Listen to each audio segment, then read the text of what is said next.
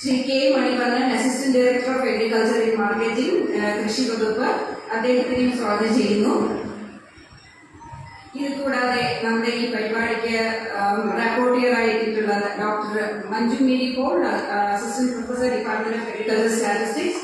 അതുപോലെ Sarath PhD scholar, university college. പിന്നെ ഈ വളരെ പ്രധാനപ്പെട്ട ഈ സെഷൻ ശ്രമിക്കുവാനും ഇതിൽ അഭിപ്രായങ്ങൾ രേഖപ്പെടുത്തുവാനുമായി വന്നിച്ചേർന്നിരിക്കുന്ന ഓരോ വ്യക്തിയെയും കേരള പഠന കോൺഗ്രസിന്റെ പേരിൽ ഞാൻ സ്വാഗതം ചെയ്യുകയാണ്. ഞാൻ എന്റെ സ്വാഗത പ്രസംഗം അവസാനിപ്പിക്കുന്നതിന് മുമ്പ് ഇതിന്റെ സമയക്രമം പറയാം. അധ്യക്ഷൻ ഏതാണ്ട് 15 മിനിറ്റോളം അധ്യക്ഷ പ്രസംഗം നടത്തുന്നതാണ്.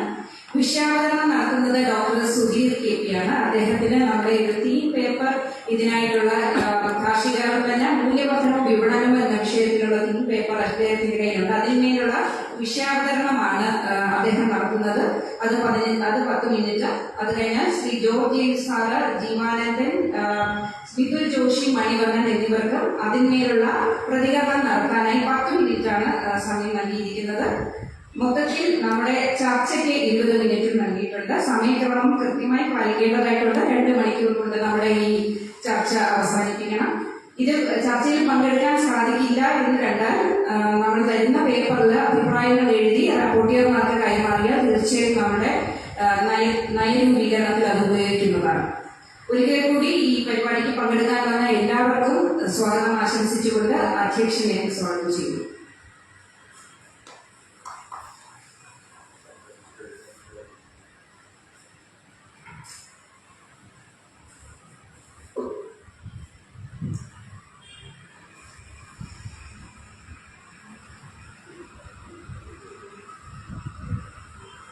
വേദിയിലിരിക്കുന്ന പ്രമുഖ വ്യക്തിത്വങ്ങളെ, സഹോദരന്മാരെ,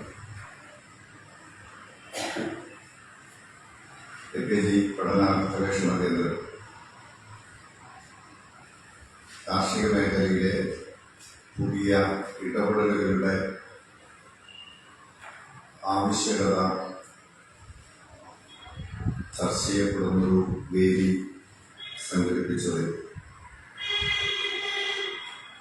കേരളത്തിലെ പ്രമുഖ കർഷക പ്രസ്ഥാനമായ കേരള കർഷക സംഘത്തിന്റെ അഭിനന്ദനം ഞാനിവിടെ രേഖപ്പെടുത്തുകയാണ്.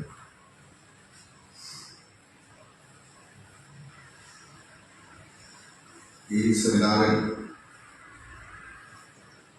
വിഷയം അവതരിപ്പിച്ചുകൊണ്ട് കേരള കാർഷിക സർവകലാശാലയിലെ അനുഭവജ്ഞനായ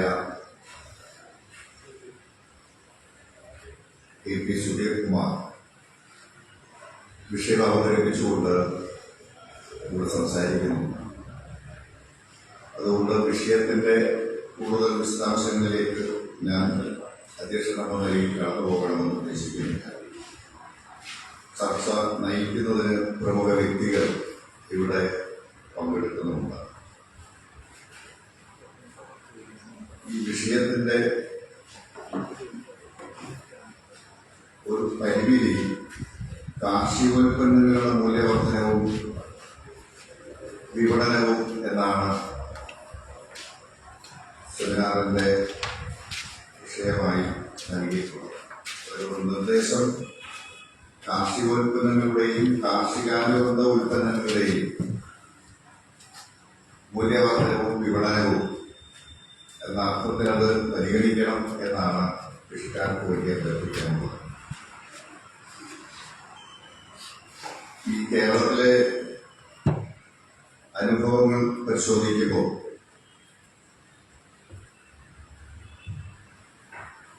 രാജ്യത്ത് നിലനിൽക്കുന്ന കാർഷിക നയങ്ങൾ കേരളത്തിലെ കൃഷിക്കാരെയും വലിയ തോതിൽ പ്രതിസന്ധിയിലാക്കിയിരുന്നു.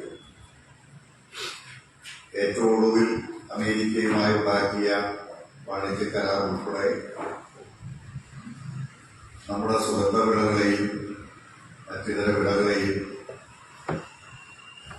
പ്രതികൂലമായി ബാധിക്കുന്ന ഒന്നായി മാറിക്കഴിഞ്ഞു. കൃഷിയും കാർഷികാനുബന്ധ പ്രവർത്തനങ്ങളും ആദായകരമായ ഒരു പ്രവൃത്തിയായി മാറ്റാൻ സാധിക്കാത്ത ഒരു അന്തരീക്ഷത്തിലാണ് നമ്മുടെ രാജ്യത്തെ കൃഷിക്കാരും കൃഷിയുള്ളത്. ഉൽപാദന ചെലവും മറ്റും പരിഗണിച്ച് ഉൽപ്പന്നങ്ങളുടെ വില ഉൽപാദന ചെലവുമായി പൊരുത്തപ്പെടുത്തി ലഭിക്കാത്ത ഒരു അന്തരീക്ഷത്തിൽ ഉൽപാദനവും ഉൽപാദനക്ഷമതയും ഉയർത്തി കൃഷിയിൽ പിടിച്ചു നിൽക്കാനാണ് കൃഷിക്കാർ ശ്രമിച്ചുകൊണ്ടിരുന്നത്. എന്നാൽ അതുകൊണ്ട് മാത്രം കൃഷിക്കാരന് കൃഷിയിൽ നിൽക്കാൻ കഴിയാത്ത അന്തരീക്ഷം വന്നിരിക്കുകയാണ്. ഇത്തരമൊരു സാഹചര്യത്തിലാണ് കാർഷികോൽപ്പന്നങ്ങൾക്കും കാർഷികാനുബന്ധ പ്രവർത്തനങ്ങൾ വഴിയുള്ള ഉൽപ്പന്നങ്ങൾക്കും മൂല്യവർദ്ധിത ഉൽപ്പന്നങ്ങളാക്കി മാറ്റി അതിലൂടെ ലഭിക്കുന്ന വരുമാനം കൂടി ലഭ്യമാകുന്ന സാഹചര്യത്തിലെ കൃഷിക്കാരനും സംരക്ഷിക്കപ്പെടുകയുള്ളൂ, നിലനിൽക്കുകയുള്ളൂ എന്നുള്ളതാണ് കേരളത്തിലെ ഇന്നത്തെ കാർഷിക മേഖലയിലെ മുഖ്യമായ ആ അർത്ഥത്തിൽ ഈ വിഷയം കേരളത്തിന്റെ കാർഷിക മേഖലയുടെ ഭാവിയെ കൂടി പരിഗണിക്കുന്ന ഒരു ചർച്ചയായി വിഷയമായി മാറും എന്ന കാര്യത്തിൽ യാതൊരു സംശയമില്ല. ഞാനതിന്റെ മറ്റ് വിശദാംശങ്ങളിലേക്ക് കടന്നു പോകുന്നില്ല.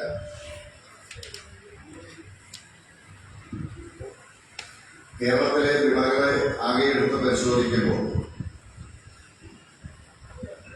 വ്യത്യസ്ത വിളകൾ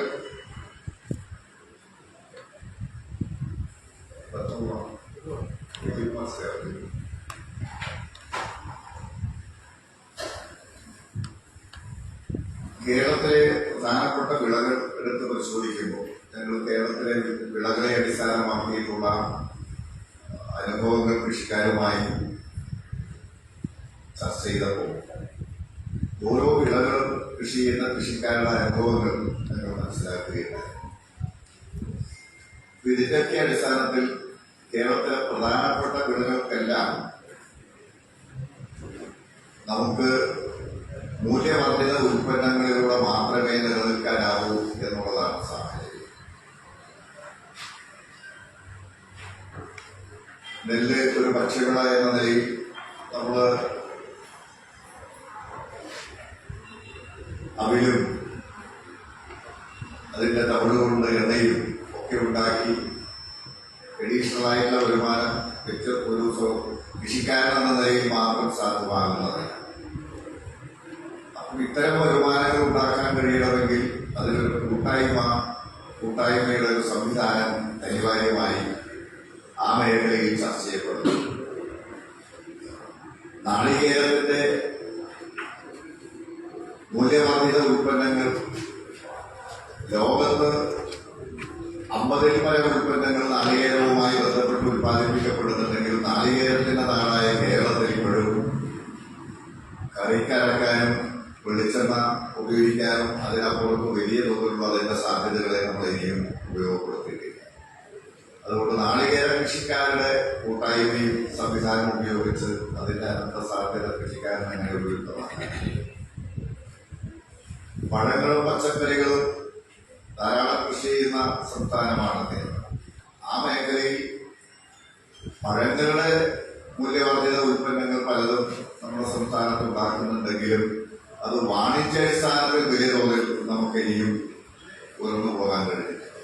ഇപ്പോൾ പപ്പായ പോലുള്ള പഴങ്ങളുടെ വ്യത്യസ്ത ഉൽപ്പന്നങ്ങൾ രാജ്യത്തിനകത്തും പുറത്തും വിപണനം ചെയ്യുന്ന ഒറ്റപ്പെട്ട എഫ്പിഒകൾ കേരളത്തിൽ രൂപീകരിക്കപ്പെട്ടിട്ടുണ്ടെങ്കിലും അതിന് വിപുലമായ നിലക്കുള്ള സംവിധാനങ്ങളൊന്നും ഇനിയും കേരളത്തിൽ ഉണ്ടായി കഴിഞ്ഞിട്ടില്ല.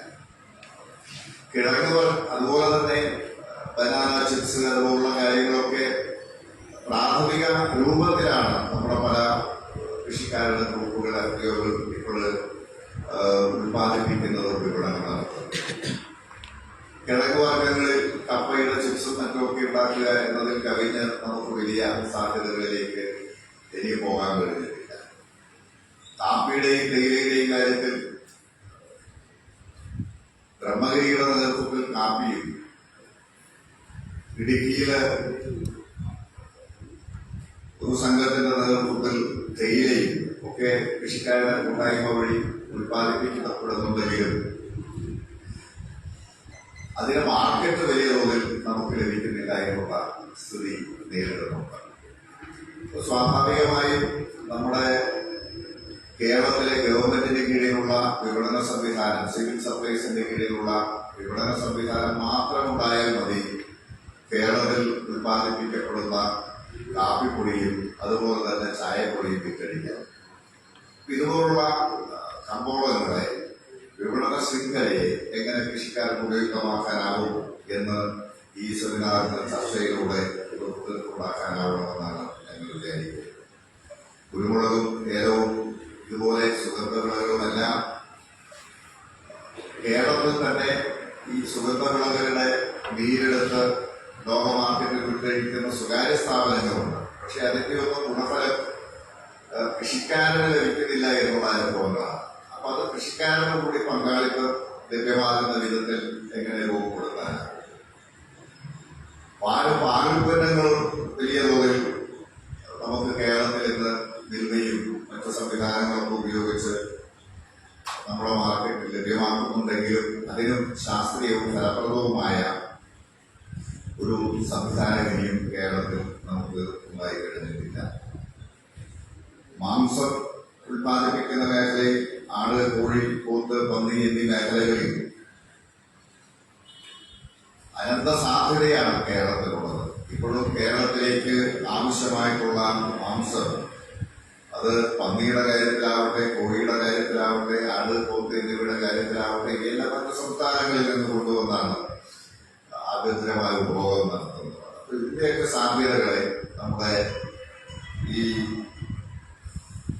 എങ്ങനെയാണ് നമുക്ക് കൂട്ടായ്മയിലൂടെ ഉപയോഗിക്കാനാവുക എന്നുള്ളത് നമ്മൾ ചിന്തിക്കേണ്ടതും ചർച്ച ചെയ്യേണ്ടതുമായിട്ടുള്ള കാര്യമാണ്. അതുപോലെ ശുദ്ധജലങ്ങളിൽ വളരുന്ന മത്സ്യകൃഷിയുമായി ബന്ധപ്പെട്ടുകൊണ്ട് അതിന്റെ സാധ്യതകളെ നമ്മൾ ഇനിയും വേണ്ടത്ര ഉപയോഗിക്കാൻ കഴിഞ്ഞിട്ടില്ല. ഹൈദരാബാദിലൊക്കെയാണ്, തെലങ്കാനയിലും മറ്റുമാണ് അതിന്റെ സാധ്യത വലിയ തോതിൽ രാജ്യത്തും ഉപയോഗിച്ചു കഴിഞ്ഞിട്ടുള്ളത് എന്ന് കേൾക്കുന്നുണ്ട്. എന്നാൽ ധാരാളം ജലാശയങ്ങളുള്ള കേരളത്തിൽ നമുക്കതിന്റെ സാധ്യത ഉപയോഗപ്പെടുത്താനാവുന്നതാണ്. അപ്പോൾ മത്സ്യകൃഷിക്കാരുടെ കാര്യത്തിൽ അതിനെ എങ്ങനെ ഉപയോഗിക്കാനാകും, അതിന് എങ്ങനെയാണ് അതിന്റെ മേഖലയിൽ ഇതിന്റെ സാധ്യത ഉപയോഗിക്കാനാവുക എന്ന കാര്യം, കൂട്ടായ്മയിലൂടെ എങ്ങനെ ഉപയോഗിക്കാനാവും എന്ന കാര്യം നമുക്ക് ചർച്ച ചെയ്തു പോകാൻ.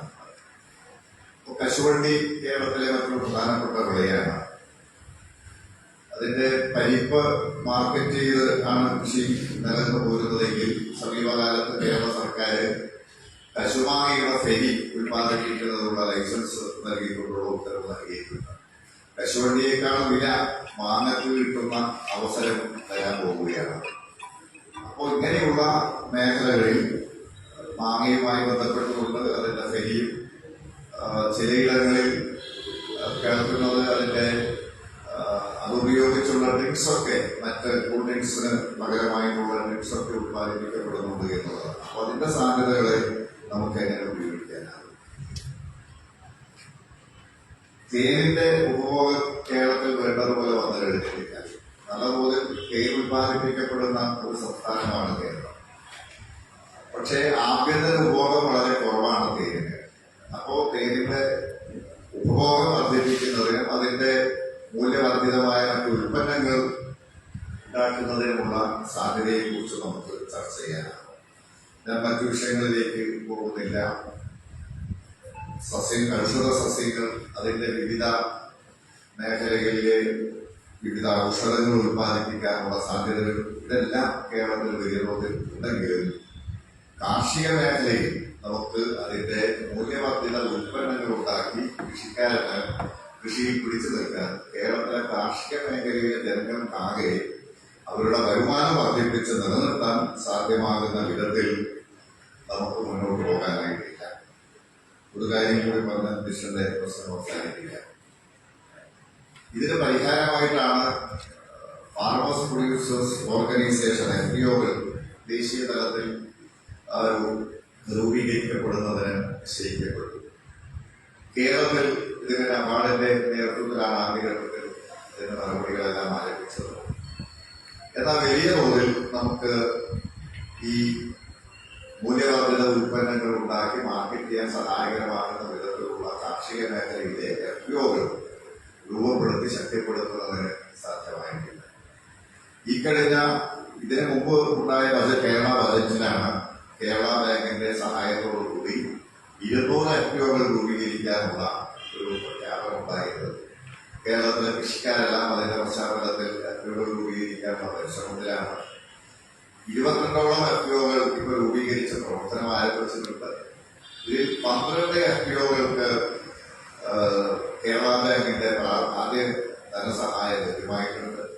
ആ നിലക്ക് ഈ മേഖലയിൽ കാർഷിക ഉൽപ്പന്നങ്ങൾ അതിന്റെ മൂല്യവർദ്ധിത ഉൽപ്പന്നങ്ങളാക്കി മാറ്റുന്നതിന് വേണ്ടിയിട്ടുള്ള വിവിധങ്ങളായ പ്രവർത്തനങ്ങൾക്ക് FPOകൾ രൂപീകരിച്ചുള്ള പ്രവർത്തനം കേരളത്തിൽ ആരംഭിച്ചു കഴിഞ്ഞിട്ടുണ്ട്. അതിന് പ്രചോദനം നൽകാൻ, ശക്തി പകരാൻ സഹായകരമാകുന്ന ഒന്നായി ഈ സെമിനാർ മാറും എന്നാണ് ഞാൻ പ്രതീക്ഷിക്കുന്നത്.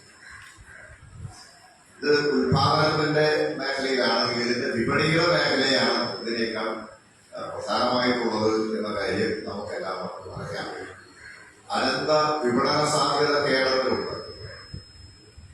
കേരളത്തിന്റെ ഉപഭോഗ മേഖലയെ കുറിച്ച് സൂക്ഷ്മമായി പഠനം നടത്തിയിട്ടുള്ള നിരവധി റിപ്പോർട്ടുകൾ നമ്മുടെ നാട്ടിലുണ്ട്. ഞാൻ റെയിൽകോയുടെ ചെയർമാനായിരുന്ന കാലത്ത് ഇത് സംബന്ധിച്ച് മനസ്സിലാക്കിയ ചില കാര്യങ്ങളിൽ കാര്യം പറഞ്ഞാൽ അവസാനിക്കില്ല. കേരളത്തിലെ 3000 കോടിയുടെ കറി പൗഡർ ഉൽപ്പന്നങ്ങളാണ് മാർക്കറ്റ് ചെയ്യപ്പെടുന്നത്.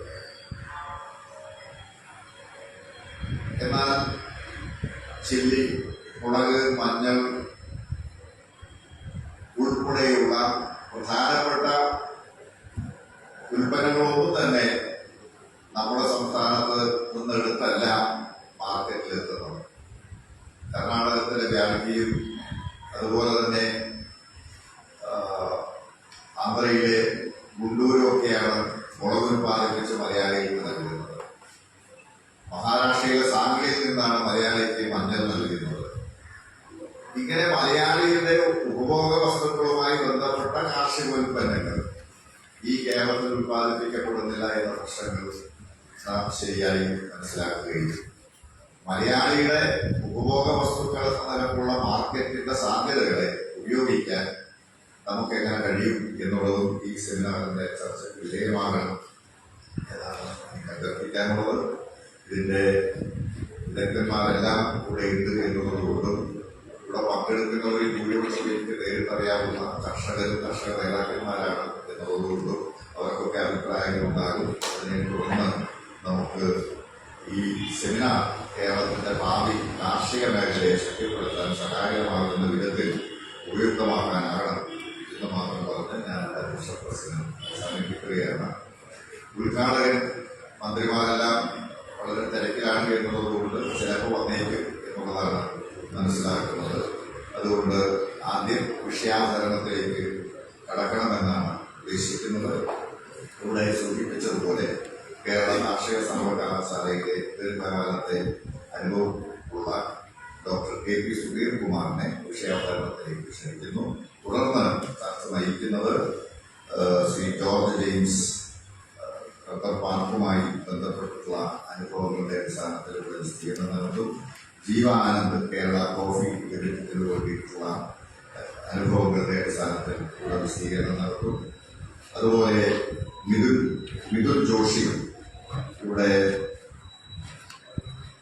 അവതരണം ചർച്ച നയിക്കുന്നതിന് വിഷയങ്ങൾ അവതരിപ്പിക്കുന്നുണ്ട്. GK മണിവർണ്ണൻ കൃഷി വകുപ്പിലെ അസിസ്റ്റന്റ് ഡയറക്ടറാണ്. അദ്ദേഹം ഇവിടെ വിഷയങ്ങൾ അവതരിപ്പിച്ച് സംസാരിക്കുന്നുണ്ട്. ഇതിനു പുറമെ ഈ സെമിനാറിനെ സഹായിക്കുന്നതിന് വേണ്ടി സ്വാഗതം പറഞ്ഞ ഡോക്ടർ അശ്വതി വിജയൻ, അതുപോലെ തന്നെ സപ്പോർട്ടീവേഴ്സ് ആയിട്ട് ഡോക്ടർ മഞ്ജു മേരിക്കോൾ, ശരത് KU തുടങ്ങി John Paul, Sirija, RS Manju, SP എന്നിവരെല്ലാം ഈ ചർച്ചയെ സഹായിക്കുന്നതിനും മറ്റുമായി ഇവിടെ സന്നിഹിതരായിട്ടുണ്ട്. എല്ലാവരെയും അഭിവാദ്യം ചെയ്തുകൊണ്ട് വിഷയാവതരണം നടത്തുന്നതിന് വേണ്ടി ഡോക്ടർ KP സുധീർ കുമാർ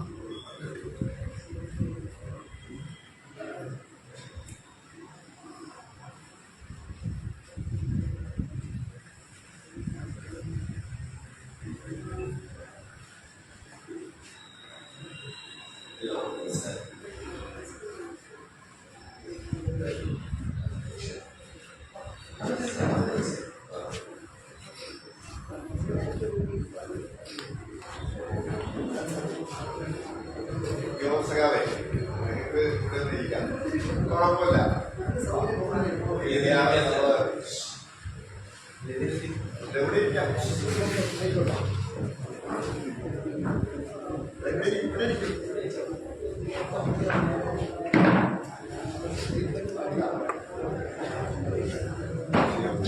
ഇരിക്കും.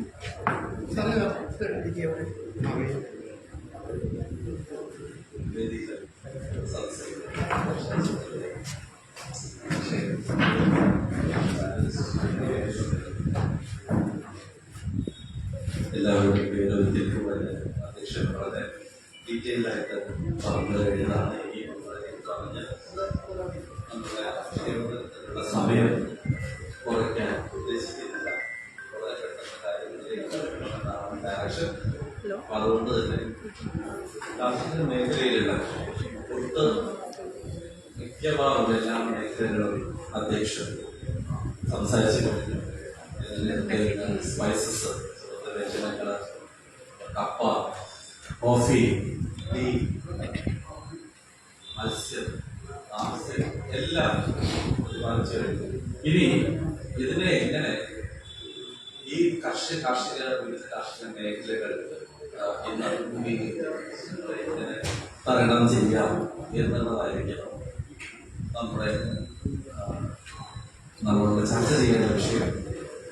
അതിന് സാങ്കേതികപരമായിട്ട് കർഷകരെ കൂടെ ഉൾക്കൊള്ളിച്ച് കർഷകരിൽ അതിന്റെ ഡിസിഷൻ മേക്കിംഗ് അല്ലെങ്കിൽ അവര് തീരുമാനമെടുക്കാൻ കർഷകർക്ക് കൂടെ ഭാഗമാക്കാവാൻ പറ്റുന്ന രീതിയിലുള്ള പോളിസി ഡിസിഷൻസ് എടുക്കാൻ കൂടി പറ്റുന്ന രീതിയിലുള്ള ഒരു ചർച്ചയിലേക്ക് വേണം നമ്മൾ കൊണ്ടുവരാൻ. നമുക്കറിയാം നമ്മുടെ നാട്ടിലെ കാർഷിക ഉൽപാദനത്തിന് കുറഞ്ഞു വരുന്നുണ്ട്, കുറച്ചൊക്കെ. പക്ഷെ എന്നിരുന്നാലും ഉള്ള ഉൽപ്പന്നങ്ങളെ പ്രത്യേകിച്ച് നമ്മുടെ കേരളത്തിന്റെ പ്രത്യേകത എന്ന് പറഞ്ഞു കഴിഞ്ഞാൽ അത്രയും വൈവിധ്യമാർന്ന കാർഷിക വിളകൾ, മത്സ്യസമ്പത്ത്, സ്പൈസസ് ആയിട്ടുള്ള പ്രോഡക്ട്സ്, നിരവധി പ്രോഡക്ട്സ് ആണ് നമ്മളെ സ്ട്രെങ്ത്, നമ്മളുടെ എന്താ പറയുക, നമ്മളെ ധൈര്യം, നമ്മുടെ സമ്പത്ത്. ഇതിനെ നമ്മൾ മൂല്യവർദ്ധനവിലൂടെ അത് പലപ്പോഴും നാമമാത്രമായിട്ട് പോകുന്ന ഒരു സംഭവമായിട്ട് നമ്മൾ കാണുന്നത്, അല്ലെങ്കിൽ മൂല്യവർദ്ധിത ഉൽപ്പന്നങ്ങൾ എന്ന് ഉണ്ടാക്കുന്നത് ചില ഗ്രൂപ്പുകളിലെ മാത്രം പരിധിയിൽ കൊണ്ടുവരുന്നത് വഴി സാധാരണ കർഷകർ, പ്രത്യേകിച്ചും ഒരു സംഘടിതമല്ലാത്ത രീതിയിൽ പ്രവർത്തിക്കുന്ന കർഷകർ, കുറച്ച് ഭൂമി മാത്രം കൃഷിഭൂമിയുള്ള കർഷകർ, അവരുണ്ടാക്കുന്ന ഉൽപ്പന്നത്തിന് ഒരു ബാർഗെയിൻ ചെയ്തിട്ട് അല്ലെങ്കിൽ വിലപേശി അതിന് വേണ്ടിയിട്ടുള്ള ഒരു വില നിശ്ചയിക്കാനുള്ള കപ്പാസിറ്റി പലപ്പോഴും നമ്മുടെ കർഷകന് ഉണ്ടാവുന്നതിന് പ്രധാനപ്പെട്ട കാരണം നമ്മളിങ്ങനെ ഫ്രാഗ്മെന്റഡ് ആയിട്ടുള്ള ലാൻഡ് അല്ലെങ്കിൽ കുറച്ച് മാത്രം ഭൂമികളുള്ള കർഷകരാണ് നമ്മുടെ നാട്ടിൽ. അപ്പൊ അതിനാണ് അധ്യക്ഷൻ പറഞ്ഞു പ്രസംഗത്തില് FPO അല്ലെങ്കിൽ farmer producer organisation, farmer producer കമ്പനികളുടെ എല്ലാം പ്രാധാന്യം ഏറി വരുവാണ്. നിരവധി FPO അല്ലെങ്കിൽ FPCCകളാണ് ഈ മേഖലയിലേക്ക് വരുന്നത്. പിന്നെ കേരള കാർഷിക സർവകലാശാല അതിന് നിരവധി പ്രോഗ്രാമുകളാണ് നമ്മൾ ചുറ്റാൻപിടിച്ച് നിരവധി കർഷകരുടെ കൂട്ടായ്മകൾ, അത് നെല്ലിന്റെ ആണെങ്കിലും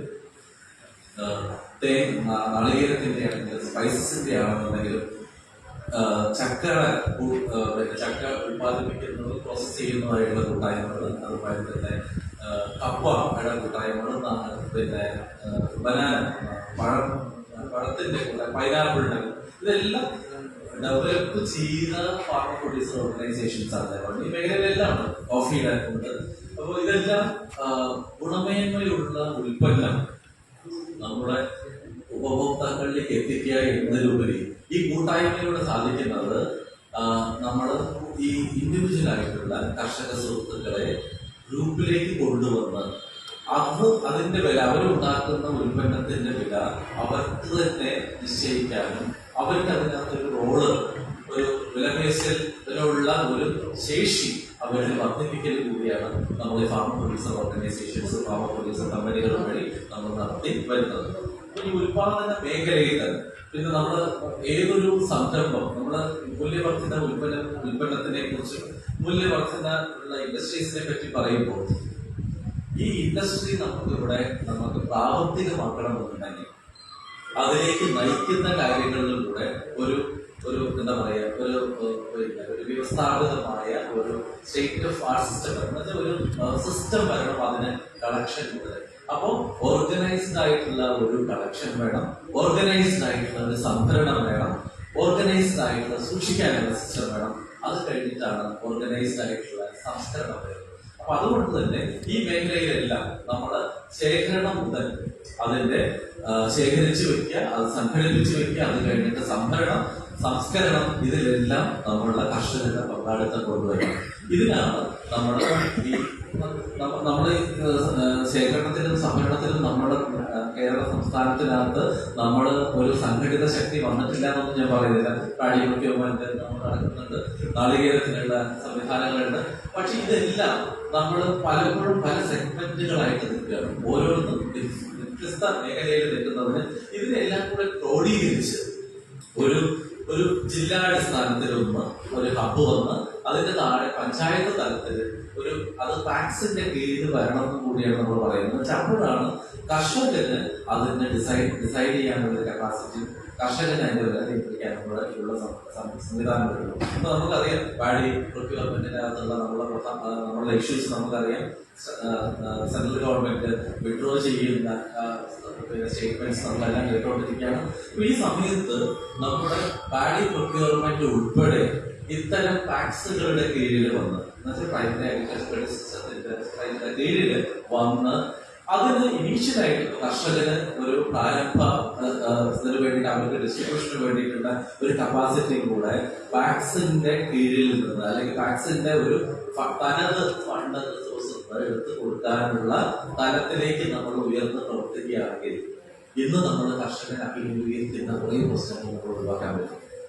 അപ്പോ അത് നമ്മുടെ ശേഖരണത്തിലേക്കാണ് കടക്കുന്നത്. ശേഖരണത്തിലേക്ക് കടക്കുന്നതിന് മുന്നേ ഉത്പാദന മേഖലയിൽ സംഘടിത ശക്തി ആവശ്യമുണ്ട്. അവിടെയാണ് നമ്മുടെ ഫാമർ പ്രൊഡ്യൂസർ ഓർഗനൈസേഷൻസും ഫാമർ പ്രൊഡ്യൂസർ കമ്പനീസും JLG ഗ്രൂപ്പുകൾ എല്ലാം നമ്മൾ നിരവധി ഉണ്ട്. ഈ മേഖലയിലെല്ലാം അല്ലെങ്കിൽ ഒഴിഞ്ഞു കിടക്കുന്ന നമ്മളെ കൃഷിഭൂമിയെല്ലാം കൂട്ടായ്മയിലൂടെ വേണ്ടിയിട്ടുള്ള കുടുംബശ്രീ മാതൃക നമുക്ക് എവിടെ എടുത്തു പറയാൻ, നമ്മുടെ രാജ്യത്തിന് തന്നെ നമുക്ക് എടുത്തു പറയാൻ പറ്റുന്ന ഒരു മാതൃകയാണ് കുടുംബശ്രീ മോഡൽ. അതുപോലെ തന്നെ അതിന്റെ ഉത്പാദന മേഖലയിലേക്ക് അവിടുന്ന് കടന്നു വരും.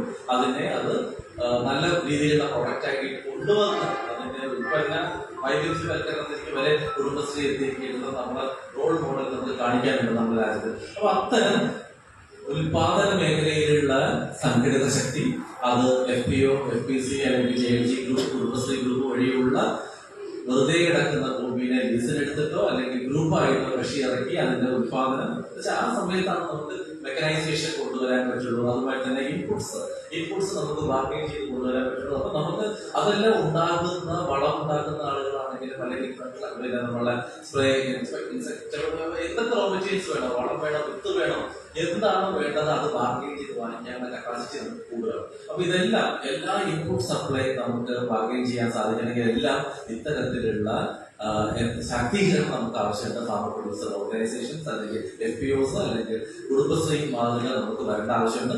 ഇത് ശേഖരണത്തിലേക്ക് കൊണ്ടുവന്ന ശേഷം സംഭരണത്തിലേക്ക് കൂടി കൊണ്ടുവരണം. അപ്പൊ ഈ സംഭരണത്തിനുള്ള സംവിധാനങ്ങൾ ഓരോ കർഷകൻ എടുത്തു കഴിഞ്ഞാൽ തൊണ്ട് ഭൂമി ചെയ്യുന്ന കർഷകന് ബുദ്ധിമുട്ടാണ്. അപ്പൊ അതുകൊണ്ട് തന്നെ ഈ സംഭരണവും ഇത്തരത്തിലുള്ള വാക്സിന്റെ നേതൃത്വത്തിൽ പാടി പ്രൊക്യൂർമെന്റ് ചെയ്യുന്ന മാതിരി തന്നെ നമ്മൾ നാളികേരത്തിന്റെ സംഭരണത്തിനാണെങ്കിലും സ്പൈസസിന്റെ സംഭരണത്തിനാണെങ്കിലും നമ്മുടെ പഴപ്പച്ചക്കറിയുടെ സംഭരണത്തിനാണെങ്കിലും ഇത് സംഭരിച്ചു വെക്കുമ്പോൾ അതിന്റെ ജലാംശത്തിനനുസരിച്ചിട്ട് അത് സൂക്ഷിച്ചു വെക്കേണ്ട സംഭരണ രീതികളും മാർഗങ്ങളും അവലംബിക്കേണ്ട ആവശ്യമുണ്ട്.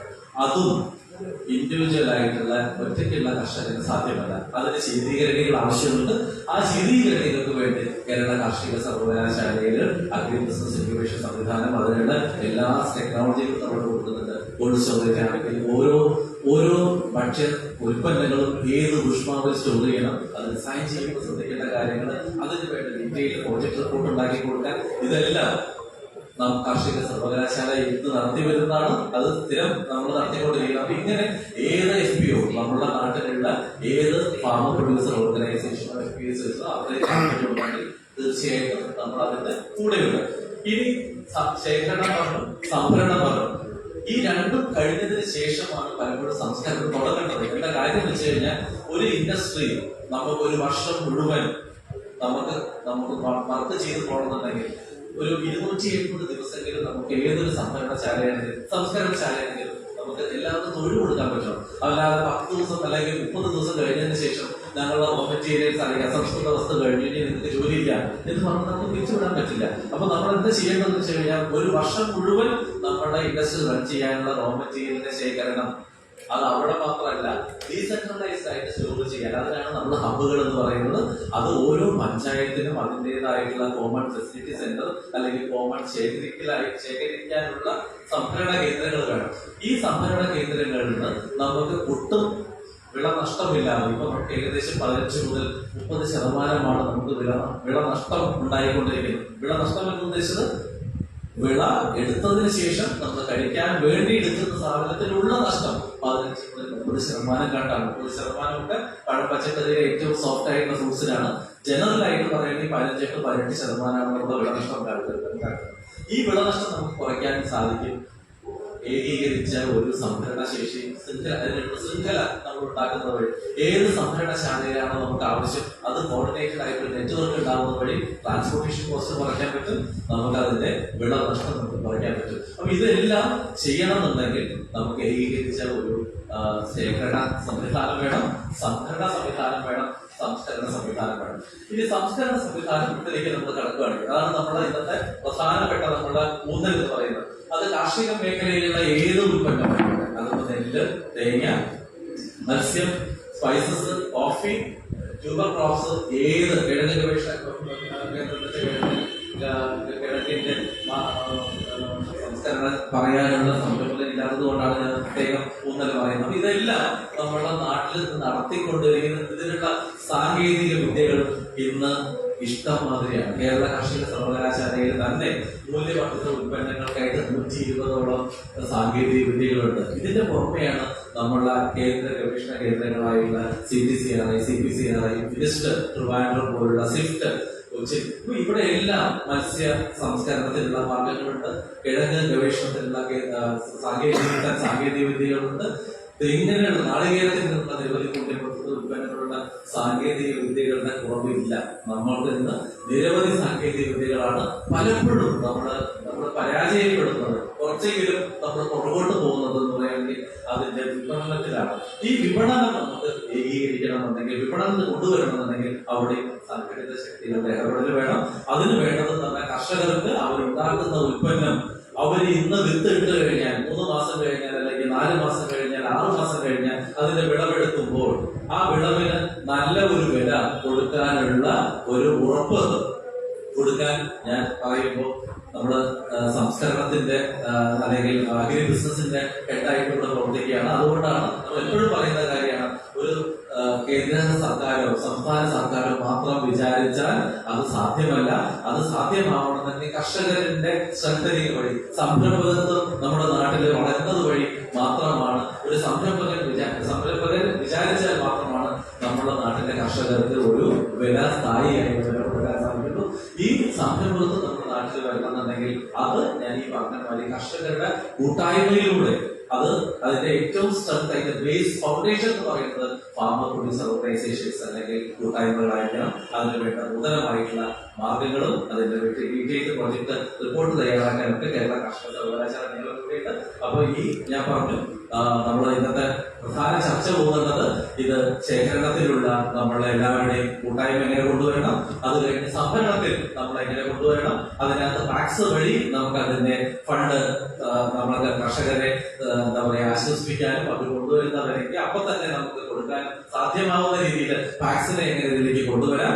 അതുപോലെ തന്നെ ഞാൻ നേരത്തെ പറഞ്ഞു അവിടെ ഒരു കോമൺ ഫെസിലിറ്റി സെന്റർ കൊണ്ടുവരാൻ വേണ്ടിയിട്ടാണെങ്കിൽ ഈ പ്രൈമറി അഗ്രികൾച്ചർ അല്ലെങ്കിൽ പ്രൈമറി റൂറൽ മാർക്കറ്റ്സ് കൊണ്ടുവരേണ്ട ആവശ്യം ഈ മേഖലാ തലത്തിൽ അല്ലെങ്കിൽ പഞ്ചായത്ത് തലത്തിൽ അതിന്റെ ഹബ്ബുകളായിട്ട് ഉള്ള കോമൺ ഫെസിലിറ്റേഷൻ സെന്റർ ഇത്തരത്തിൽ കൊണ്ടുവന്നു കഴിഞ്ഞാൽ നമ്മുടെ കർഷകരെ തീർച്ചയായിട്ടും നമുക്ക് കൂടുതൽ അവരുടെ സാമ്പത്തിക ഭദ്രത ഉറപ്പുവരുത്താനും അതുവഴി നമ്മുടെ നാടിന്റെ സമ്പദ് വ്യവസ്ഥ നമുക്ക് മുന്നോട്ട് കൊണ്ടുപോകാൻ സാധിക്കും. അപ്പോൾ ഈ മേഖലയിൽ ഒരു ചർച്ച നിങ്ങളുടെ കൊണ്ടുവരണം എന്നും കൂടെ അഭ്യർത്ഥിച്ചുകൊണ്ട് ഞാൻ എന്റെ വിഷയം അവതരണം അവസാനിപ്പിക്കുകയാണ്. നന്ദി, നമസ്കാരം.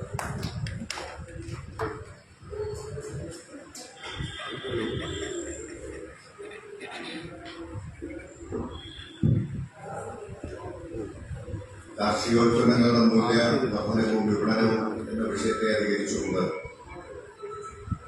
കേരള കാർഷിക സർവകലാശാലയിലെ ഡോക്ടർ കെ പി സൂര്യനാണ് ഇതിനകം സംസാരിച്ചത്. ചർച്ച നയിച്ചുകൊണ്ട് rubber park M P Shri George James സംസാരിച്ചു.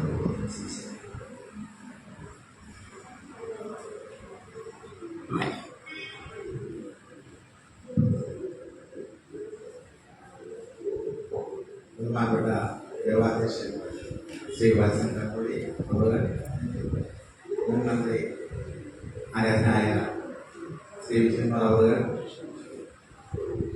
വേദിക സദസ്സിലുള്ള ശിഷ്യവൃത്തികളെ, ആദ്യമായിട്ട് ഈ പഠന കോൺഗ്രസിൽ ഈ ചർച്ചയിൽ പങ്കെടുക്കാൻ അവസരം തന്ന എന്റെ ഭാരവാഹികളുടെ എന്റെ നന്ദി ഞാൻ ആദ്യം അറിയിക്കട്ടെ. നമ്മുടെ സംസ്ഥാനം പ്രകൃതി സംബന്ധമായി വളരെ അംഗീകൃതമാണ്. ധാരാളം കാർഷിക ഉൽപ്പന്നങ്ങൾ, വൈവിധ്യமான കാർഷിക ഉൽപ്പന്നങ്ങൾ നമ്മുടെ സംസ്ഥാനത്ത് നമ്മൾ വിളയിച്ചെടുക്കുന്നുണ്ട്. നേരത്തെ ബഹുമാനപ്പെട്ട അധ്യക്ഷനും അവതാരകനും പറഞ്ഞതുപോലെ വിവിധയിനം കാർഷിക ഉൽപ്പന്നങ്ങൾ, നെല്ല്, തേങ്ങ, റബ്ബർ, മസാല, അതായത് ഡിഫറെന്റ് കൈൻഡ്സ് ഓഫ് സ്പൈസസ്, പഴങ്ങൾ, പച്ചക്കറികളെല്ലാം നമ്മളിവിടെ കേരളത്തിൽ ഉത്പാദിപ്പിക്കുന്നുണ്ട്. ഈ കാർഷിക മേഖലയുടെ വികസനം തന്നെ നമ്മുടെ സമ്പദ് വ്യവസ്ഥയെ സാരമായി ബാധിക്കുന്ന രീതിയിൽ കാര്യമായി സപ്പോർട്ട് ചെയ്യുന്നുണ്ട്. ഒപ്പം തന്നെ കേരളത്തിലെ ലക്ഷക്കണക്കിന് കുടുംബങ്ങളുടെ ഒരു ഉപജീവന മാർഗം കൂടിയാണ് കൃഷി എന്നുള്ളത്. കൃഷിക്കാരെ ഇങ്ങനെ കൃഷി നടത്തി, ഉത്പാദനം നടത്തി, പ്രൊഡക്ഷൻ നടത്തി ഇങ്ങനെ കൊടുത്ത് മാത്രം പോരാ. അവർക്ക് നല്ല നിലയിൽ ജീവിക്കണം, അവരുടെ എക്കണോമി വളരണം. അതിനുള്ള സാഹചര്യങ്ങളാണ് നമ്മൾ കണ്ടെത്തേണ്ടത്, സപ്പോർട്ട് ചെയ്യുകയും ചെയ്യുന്നത്. അവർ അഭിമുഖീകരിക്കുന്ന ഏറ്റവും വലിയ പ്രശ്നം എന്ന് പറയുന്നത് ഇതിന്റെ പ്രൈസിൽ ഉണ്ടാവുന്ന വേരിയേഷൻസ്, അസ്ഥിരത. അതുപോലെ തന്നെ ട്രേഡിങ്ങില് ഇടനിലക്കാരുടെ ആധിപത്യമൊക്കെ അവർക്ക് കിട്ടുന്ന ആ മൂല്യം നഷ്ടപ്പെട്ടുകൊണ്ടിരിക്കുകയാണ്. കൂടാതെ നേരത്തെ ഇവിടെ പറഞ്ഞതുപോലെ നമ്മുടെ നമുക്ക് സംഭരണം നടത്താനും അതുപോലെ തന്നെ പ്രോപ്പറായിട്ട് ട്രാൻസ്പോർട്ട് ചെയ്യാനുള്ള ഫെസിലിറ്റിയുടെ ഷോർട്ടേജ് ഒക്കെ നമ്മുടെ കർഷകരെ തീർച്ചയായിട്ടും ബാധിക്കുന്നുണ്ട്. ഇവിടെയൊക്കെയാണ് നമ്മുടെ ഒരു കൈത്താങ്, ഹാൻഡ് ഹോൾഡിംഗ് നൽകി കഴിഞ്ഞാൽ തീർച്ചയായിട്ടും നമ്മുടെ കർഷകർക്ക് കൂടുതൽ വരുമാനം ഉണ്ടാകാനും കൂടുതൽ ഉയർന്ന രീതിയിൽ ജീവിക്കുവാനുള്ള സാഹചര്യങ്ങൾ സൃഷ്ടിക്കപ്പെടുന്നത്. കേരളത്തില് മൂല്യവർദ്ധനത്തിനുള്ള ധാരാളം സാഹചര്യങ്ങളുണ്ട്. അത് പറ്റിയ ഒരു സിറ്റുവേഷൻസ് ആണ് ഇവിടെ ഗവൺമെന്റ് ഡെവലപ്പ് ചെയ്തിരിക്കുന്നത്. നമുക്ക് വളരെ ശക്തമായ ഒരു സഹകരണ മേഖലയുണ്ട്, നമുക്ക് ഉയർന്ന സാക്ഷരത നിരക്കുണ്ട്, ഒപ്പം തന്നെ നമുക്ക് വൈവിധ്യമാർന്ന വിളകളുമുണ്ട്. ഇതുകൊണ്ട് വാല്യൂ അഡീഷന് വേണ്ട, മൂല്യവർദ്ധനത്തിന് വേണ്ട എല്ലാ സാഹചര്യങ്ങളും നമ്മുടെ കേരളത്തിൽ നമ്മുടെ ഗവൺമെന്റ് നമുക്കായി തന്നെ ഒരുക്കിയിട്ടുള്ളത് സന്തോഷമുള്ള കാര്യമാണ്. നമുക്കറിയാം, വികസിത രാജ്യങ്ങൾ അവരുടെ പ്രൊഡക്ട്സിന്റെ 50% കൂടുതലും വാല്യൂ അഡീഷന് ശേഷമാണ് അവർ മാർക്കറ്റിലേക്ക് എത്തിക്കുന്നത്. പക്ഷെ നമ്മുടെ ഇന്ത്യയിൽ നമുക്കത് സാധിക്കുന്നില്ല. ഇന്ത്യയിലെ 2-15% മാത്രമേ നമുക്ക് മൂല്യ ഭക്ഷണം നടത്തിയാലും നമുക്ക് മാർക്കറ്റിലേക്ക് എത്തിക്കാൻ സാധിക്കുള്ളൂ. നമുക്ക് നമ്മുടെ പ്രധാനപ്പെട്ട വിളകളെ പറ്റി ചർച്ച ചെയ്തുകൊണ്ട് അതിനെങ്ങനെ മൂല്യവർദ്ധന നടത്തിക്കൊണ്ട് കൂടുതൽ നല്ല മാർക്കറ്റിംഗ് നടത്തി നമുക്ക് കർഷകരെ സഹായിക്കാമെന്ന് നമുക്കൊന്ന് ചെറുതായിട്ട് ചർച്ച ചെയ്യാം. എന്റെ അതനുസരിച്ച് 10 മിനിറ്റ് ഓർമ്മയില്ല. അപ്പൊ ഞാൻ അച്ഛൻ ഫാസ്റ്റായിട്ട് പോവാണേ. ഇപ്പൊ പ്രധാനപ്പെട്ട കാർഷിക ഉൽപ്പന്നങ്ങൾ എന്ന് പറഞ്ഞാൽ സാർ പറഞ്ഞതുപോലെ നമ്മുടെ നെല്ല് മരി തന്നെയാണ് ഒരു പ്രധാനപ്പെട്ടത്. ഇന്ത്യയിൽ 130 മില്യൺ ടൺ നെല്ല് ഉത്പാദനം ഉണ്ടായിക്കൊണ്ട് അതിൽ ചെറിയ ഭാഗം നമ്മുടെ കേരളത്തിൽ ഉത്പാദിപ്പിക്കുന്നുണ്ട്. നമുക്കറിയാം, നമ്മുടെ നെല്ലിന് 25 മുതൽ 30 രൂപ വരെയാണ് പെർ കെ ജി കിട്ടുന്നത്. പക്ഷേ നമ്മുടെ ടൗണിലെ സൂപ്പർ മാർക്കറ്റിലേക്ക് നെല്ല് അരിയായിട്ട് മാറി വരുമ്പോൾ അതിന്റെ വില എന്ന് പറയുന്നത് 60 രൂപയിൽ കൂടുതലാണ് അല്ലേ? തീർച്ചയായിട്ടും അവിടെ നമ്മുടെ കർഷകർക്ക് കൂടുതൽ വരുമാനം കിട്ടാൻ പറ്റുന്ന സാഹചര്യങ്ങളുണ്ട്. കർഷകർക്ക് ഹാൻഡ് ഹോൾഡിംഗ് കൊടുത്തു കഴിഞ്ഞാൽ തീർച്ചയായിട്ടും ഈ പറയുന്ന ലാഭം കുറച്ചുകൂടി അവർക്ക് നിന്ന് കിട്ടാനുള്ള അവസരം ഉണ്ടാവും എന്നുള്ളതാണ് ഞാൻ കാണുന്നത്. ഒപ്പം തന്നെ നമ്മുടെ തിരുവനന്തപുരം, കൊച്ചി, കോഴിക്കോട് സിറ്റികളിൽ ഉള്ള ഒത്തിരി ആൾക്കാർക്കും ചിന്തിക്കുന്നത്, പ്രത്യേകിച്ച് എംപ്ലോയ്മെന്റ് ആൾക്കാർ ചിന്തിക്കുന്നത്, അവർക്കൊക്കെ റെഡി ബുക്ക് ഐറ്റംസ് കിട്ടാനാണ് താല്പര്യപ്പെടുന്നത്. ജോലിയെല്ലാം കഴിഞ്ഞ് വന്ന് ജോലിയുടെ ഭാരമെല്ലാം താങ്ങി വീട്ടിലെത്തി കഴിയുമ്പോൾ കൂടുതൽ സമയം കിച്ചണിൽ കളയാൻ ആർക്കും സാധിക്കില്ല. അവരെല്ലാം ചിന്തിക്കുന്നത് റെഡി ബുക്ക് ഫുഡ് കിട്ടുവാണെങ്കിൽ എല്ലാം കംഫർട്ടബിളായി.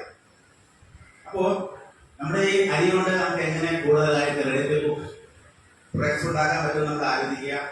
ഒപ്പം തന്നെ അതിന്റെ മാർക്കറ്റിങ്ങും നമുക്ക് ചർച്ച ചെയ്യാനുണ്ട്. ഞാൻ ലാസ്റ്റായിട്ട് അതിനെപ്പറ്റി വിശദമായി ചർച്ച ചെയ്യാം. മറ്റൊന്നാണ് നാളികേരം. ഇന്ത്യയിലെ നാളികേരത്തിന് 30% കേരളത്തിലാണ് ഉത്പാദിപ്പിക്കുന്നത്. ഇന്ന് ഇവിടുത്തെ കർഷകന് 60 രൂപ മുതൽ 70 രൂപ വരെയാണ് നാളികേരത്തിന് മാർക്കറ്റിൽ കിട്ടുന്നത്. പക്ഷേ നമ്മൾ ആക്ച്വലി കടയിൽ വാങ്ങിയ, സിറ്റികളിലെ കടയിൽ വാങ്ങിയപ്പോൾ അത് കൂടുതലായിരിക്കും. കാരണം ട്രേഡേഴ്സിന്റെ ലാഭം എടുക്കുന്നതുകൊണ്ട്. ഇവിടെ ഈ പറയുന്ന നാളികേരം വെളിച്ചെണ്ണയായിട്ട്, ബ്രാൻഡഡ് വെളിച്ചെണ്ണയായിട്ട് പുറത്തേക്ക് സൂപ്പർ മാർക്കറ്റിലേക്ക് വരുമ്പോഴേക്കും 450+ GST വരുന്ന സിറ്റുവേഷൻ.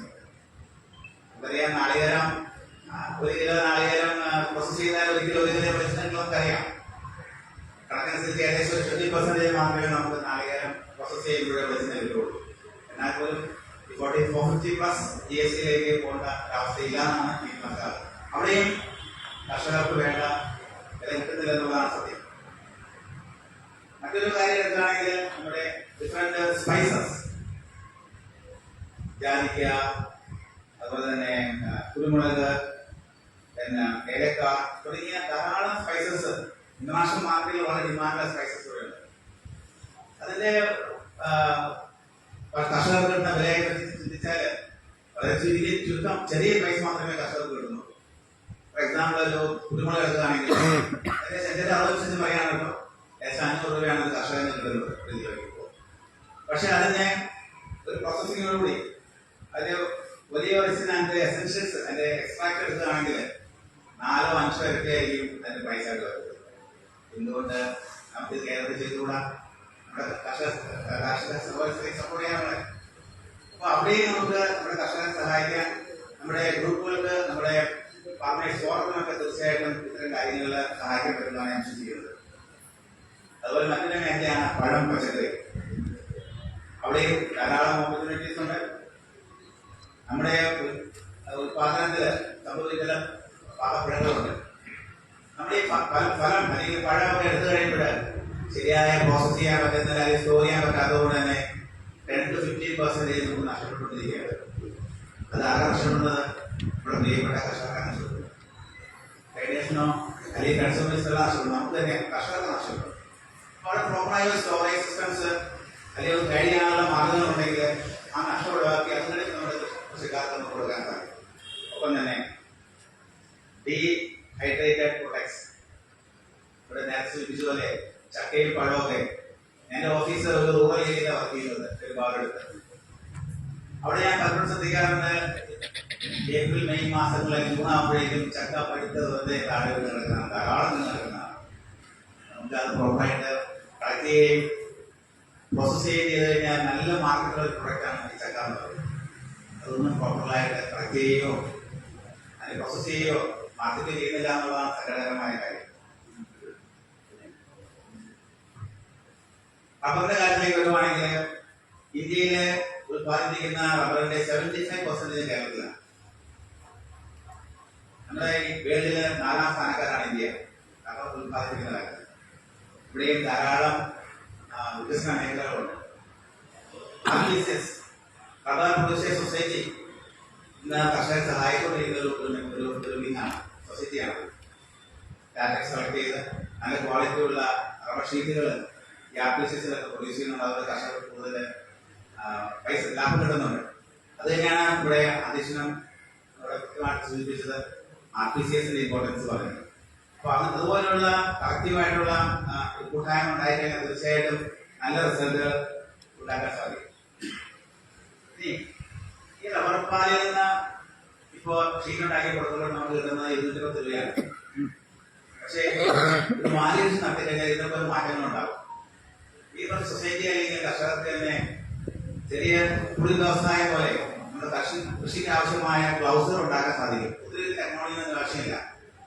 അതിനെ സഹായിക്കാൻ പറ്റുന്നവരുണ്ടെന്ന് റബ്ബർ ബോർഡും അതുപോലുള്ള ഇൻസ്റ്റിറ്റ്യൂഷൻസും കർഷക സഹായിക്കാൻ മുമ്പോട്ട് വരും തീർച്ചയായിട്ടും ആവശ്യമുണ്ടെങ്കിൽ.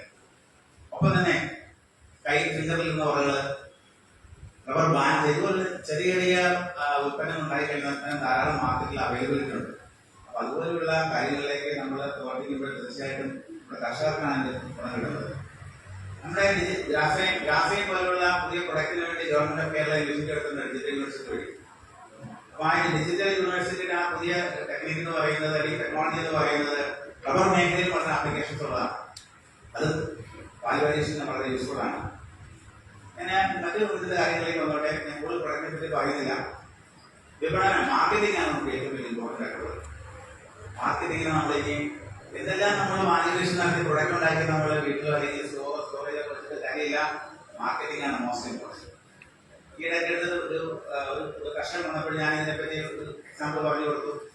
അതിന്റെ ഹാൻഡ് ഹോൾഡിങ്ങുള്ള മെത്തേഡ്സ് പറഞ്ഞു കൊടുത്തിട്ടുണ്ട്, എങ്ങനെ മുമ്പോട്ട് പോകാമെന്നുള്ളത്. അപ്പോൾ എന്താണ് നമുക്ക് ഈ മാർക്കറ്റിംഗ് നോക്കേണ്ടത്? ഓരോ പ്രൊഡക്റ്റ് ഉണ്ടാകുമ്പോൾ എന്തുമാത്രം അത് മാർക്കറ്റ് വിറ്റഴിക്കാൻ കഴിയും. നമ്മൾ പ്രൊഡക്റ്റ് എല്ലാം ഉണ്ടാക്കി നമ്മൾ സ്റ്റോറേജ് ചെയ്തിട്ട് കാര്യമില്ല. മാർക്കറ്റിംഗ് ആണ് മോസ്റ്റ് ഇമ്പോർട്ടൻറ്റ്. എന്താണ് മാർക്കറ്റിൽ ആവശ്യം, അതിനെപ്പറ്റി മാർക്കറ്റ് സർവേ നടത്തണം. നമ്മുടെ ഇന്നത്തെ നൂതന ടെക്നോളജിയായ AI ആൻഡ് ഡാറ്റ അനാലിസിസ് വളരെ യൂസ്ഫുൾ ആണ്. നിർമ്മല ബുദ്ധിയും ഡാറ്റ അനാലിസിസും ഉപയോഗിക്കണം. കുറച്ചും കൂടെ പറഞ്ഞു കപ്പയെ പറ്റി പറഞ്ഞു. ഞാൻ കഴിഞ്ഞ ദിവസം കപ്പയുടെ ഫ്യൂച്ചർ പ്രൈസിനെ പറ്റി ഈ AI ആൻഡ് ഡാറ്റ അനാലിസിസ് നടത്തി ഇത് വളരെ പറഞ്ഞ് നടത്തുകയുണ്ടായി.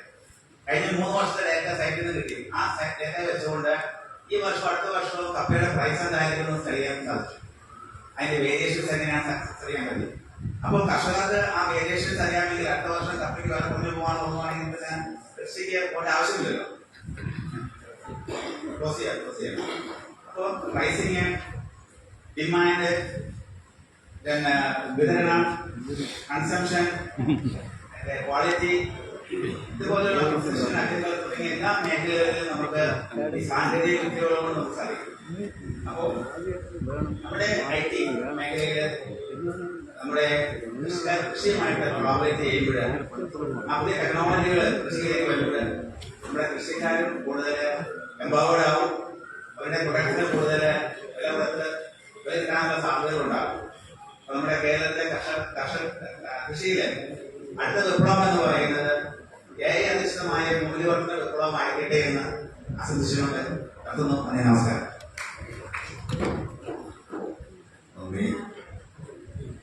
ശ്രീ ജീവാനന്ദൻ, കേരള കോഫി.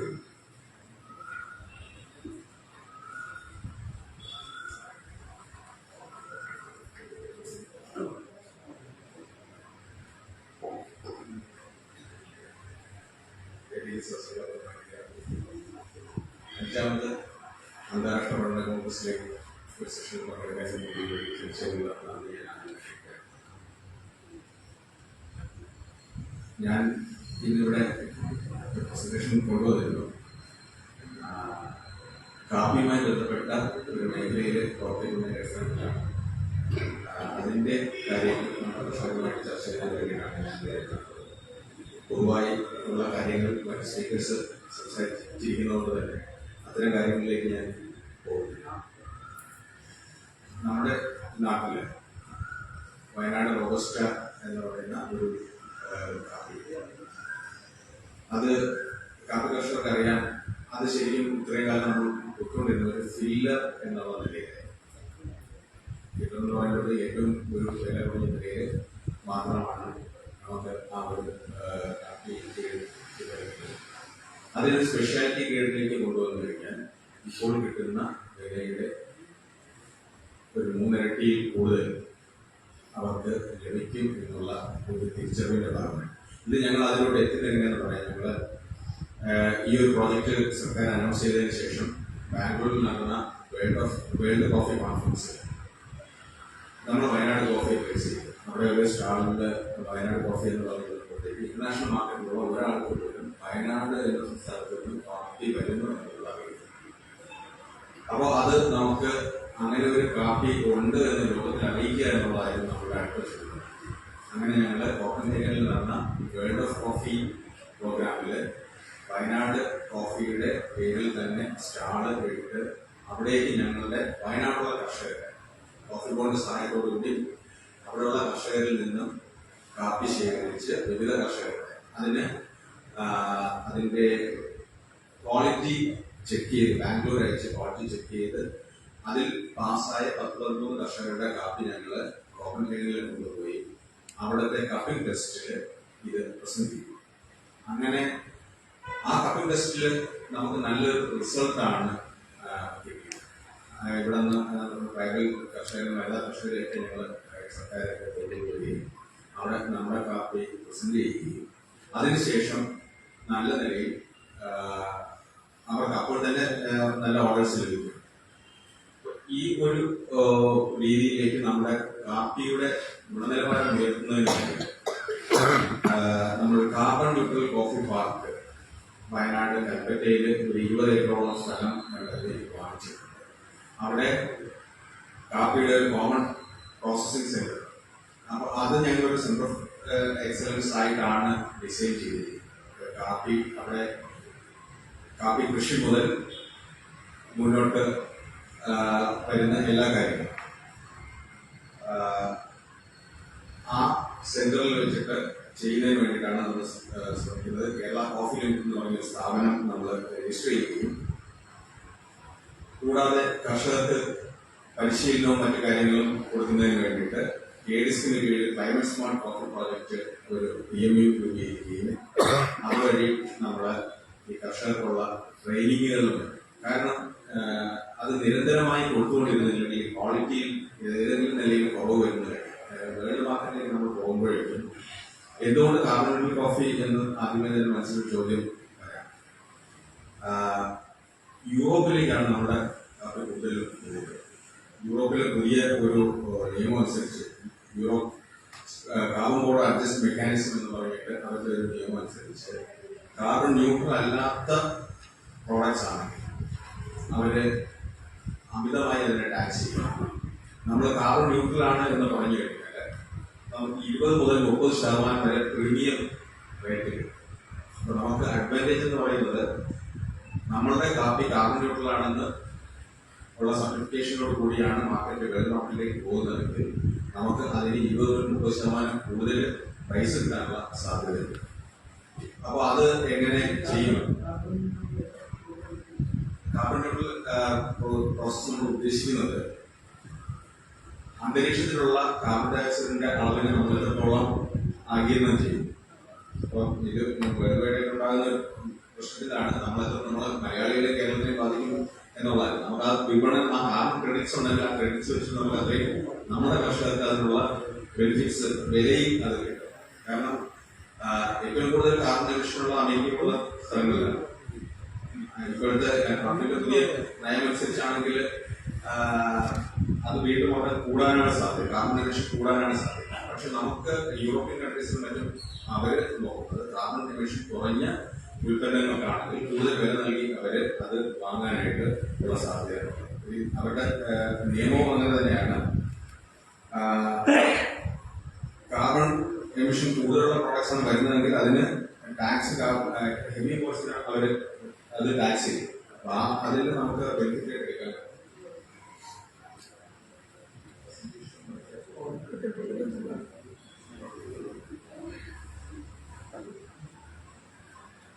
നമ്മളപ്പോ ഈ പദ്ധതി കൊണ്ട് ഉദ്ദേശിക്കുന്നത് പ്രധാനമായിട്ടും വരുമാന വർധനമാണ് കർഷകർക്ക്.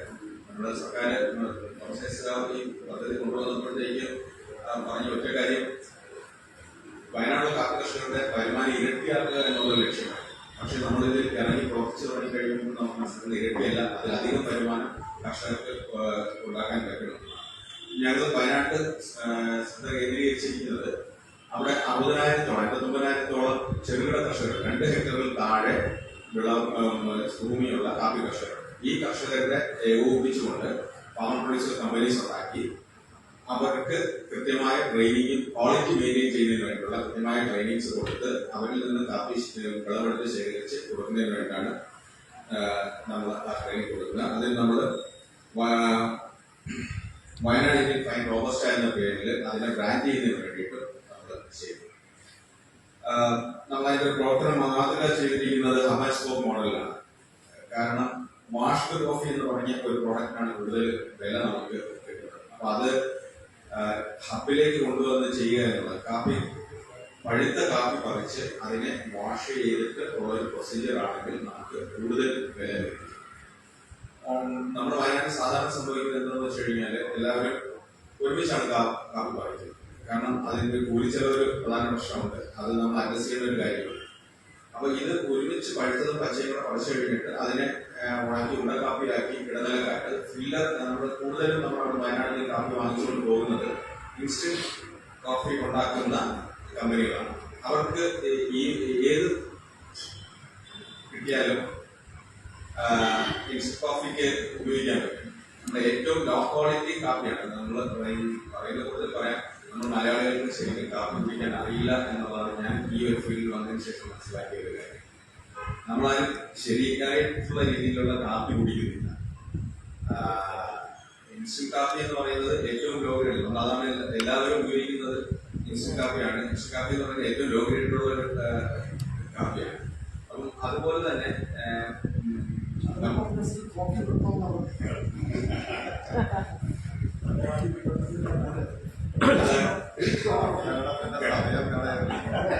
കാപ്പിയുടെ കാപ്പി കുടി ഇപ്പൊ നമ്മള് കാപ്പി കുടിക്കുന്ന പോലെ യൂറോപ്യൻസ് അവര് ഒരു ദിവസം 20-30 കോഫി ഷോട്ട്സ് കുടിക്കുന്നുണ്ട്. ആ കാപ്പി എന്ന് പറയുന്നത് വളരെ ഡാർക്ക് കോഫിയാണ്, പാലൊഴിക്കാത്ത കാപ്പിയാണ്. അത് തന്നെ ഓരോ ഷോർട്സ് ആയിട്ട് കഴിക്കുന്നത് പലപ്പോഴും ചിലപ്പോൾ നമ്മളുടെ ആരോഗ്യ കണ്ടിക്കുന്നത് പറ്റിയെന്ന് വരുന്നില്ല. പക്ഷെ എന്തുകൊണ്ടാണ് മാർക്കറ്റിൽ ഈ ഓയിൽ കഴിഞ്ഞാൽ ഈ ലോകത്ത് ഏറ്റവും കൂടുതൽ ട്രേഡ് ചെയ്യുന്ന ഒരു കമ്മോഡിറ്റി എന്ന് പറയുന്നത് കാപ്പിയാണ്. ലോകത്ത് നമ്മൾ അതിന്റെ സാധ്യത മനസ്സിലാക്കേണ്ട ഒരു കാര്യമല്ല. അറിയാലോ, ഓയിൽ ഇല്ലാതെ ലോകത്ത് ഒരു കാര്യങ്ങളും നടക്കില്ല. അപ്പൊ ഓയിൽ കഴിഞ്ഞാൽ ഏറ്റവും അധികം ട്രേഡ് ചെയ്യുന്നത് കാപ്പിയാണ്. അപ്പൊ ആ കാപ്പി അത്രയും ട്രേഡ് ചെയ്യുന്ന ഒരു പ്രോഡക്റ്റിന് വയനാട് നമുക്ക് നല്ലൊരു ക്വാളിറ്റി കാപ്പി ഉണ്ടായിട്ട് അതിന്റെ നമുക്ക് ആ ഒരു അതിന്റെ ഒരു ഉപയോഗം നമുക്ക് എടുക്കാൻ പറ്റില്ല. നമ്മുടെ കർഷകർക്ക് അതിനുള്ള ഒരു കിട്ടുന്നില്ല. കാരണം ഇടനിലക്കാർ വന്നിട്ട് ഇത് മുഴുവൻ വാങ്ങിച്ച് അവരുടെ നിലയിലേക്ക് കൊണ്ടുപോവുകയാണ്. അപ്പൊ ആ നിലയിൽ പ്രവർത്തിക്കും. അതിലേക്ക് നമ്മുടെ ഹബാസ്കോപ്പ് മോഡലിൽ നമ്മൾ ചെയ്യുന്നു. കാര്യം അപ്പൊ എന്ന് പറയുന്നത് ഞങ്ങളുടെ കൽക്കറ്റയില് ഞങ്ങൾ 20 ഏക്കർ സ്ഥലം വാങ്ങിച്ചിരിക്കുന്നതാണ്. അപ്പൊ അവിടെ കാപ്പിയുടെ കർഷകർക്ക് പഠനത്തിന് ട്രെയിനിങ്ങിന് വേണ്ടിയിട്ടുള്ള എല്ലാ സൗകര്യങ്ങളും, അതോടൊപ്പം തന്നെ കാപ്പി പ്രോസസ്സിങ്, റിസർച്ചിനുള്ള സൗകര്യങ്ങൾ, ടെസ്റ്റിംഗ് ലാബുകൾ, ഇതെല്ലാം നമ്മൾ ഹബിൽ സ്പോട്ടുകളിൽ കാപ്പി കർഷകർക്ക് നിയറസ്റ്റ് ആയിട്ട് വാങ്ങിച്ചു വയ്ക്കില്ല. അവരുടെ സ്ഥലത്ത് പ്രോസസ് ചെയ്യുന്നതിന് വേണ്ടിയിട്ടുള്ള സ്പോക്കുകളാണ് ചെയ്യുന്നത്.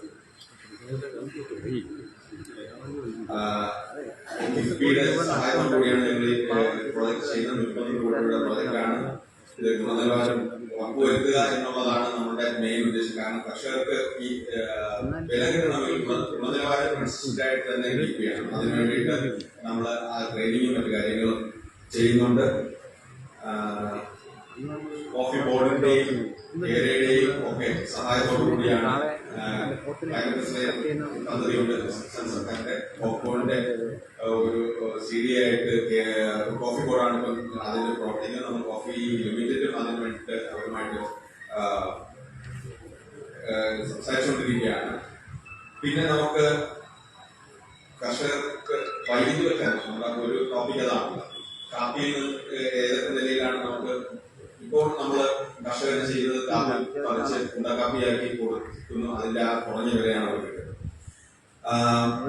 വിവിധ ഞാൻ നേരത്തെ പറയുന്നത് നമുക്ക് കാപ്പി കുടിക്കാൻ അറിയില്ല എന്ന് പറഞ്ഞതുപോലെ അതിനകത്ത് പലതരത്തിലുള്ള കാപ്പികൾ. അപ്പൊ അതില് കോൾഡ് കോഫിയിൽ തന്നെ നമ്മുടെ ഇവിടെ ലോക്കലായിട്ടുള്ള നേരത്തെ പറഞ്ഞ പോലെ പഴച്ചാറ്, പലതരത്തിലുള്ള പഴച്ചാറുകളും മറ്റുമൊക്കെ ബ്ലെൻഡ് ചെയ്തുകൊണ്ടുള്ള ഈ കാപ്പിക്ക് ഇത് ആഡ് ചെയ്യുമ്പോഴുണ്ടാകുന്ന പറഞ്ഞാൽ ഇപ്പം ഇന്ത്യയില് മൊത്തത്തിൽ കാപ്പി കുടിക്കുന്നതിന്റെ സംസ്കാരം മാറി വരുന്നു.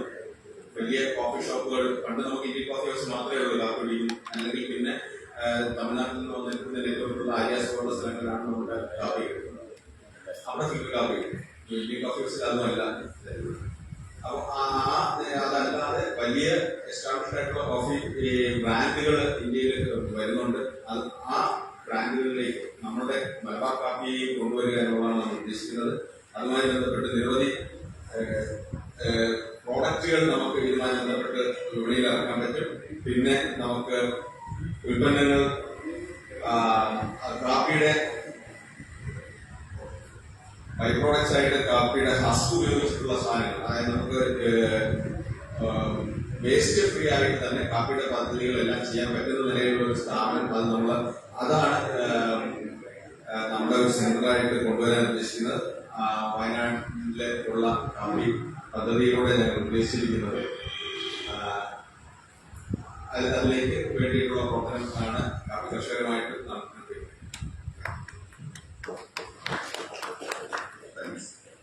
അടുത്തത് ശ്രീ വിപിൻ ജോഷി, ഫ്യൂച്ചറേജ് ഇന്നോവേഷന്റെ പ്രോജക്ട് ചെയർമാൻ.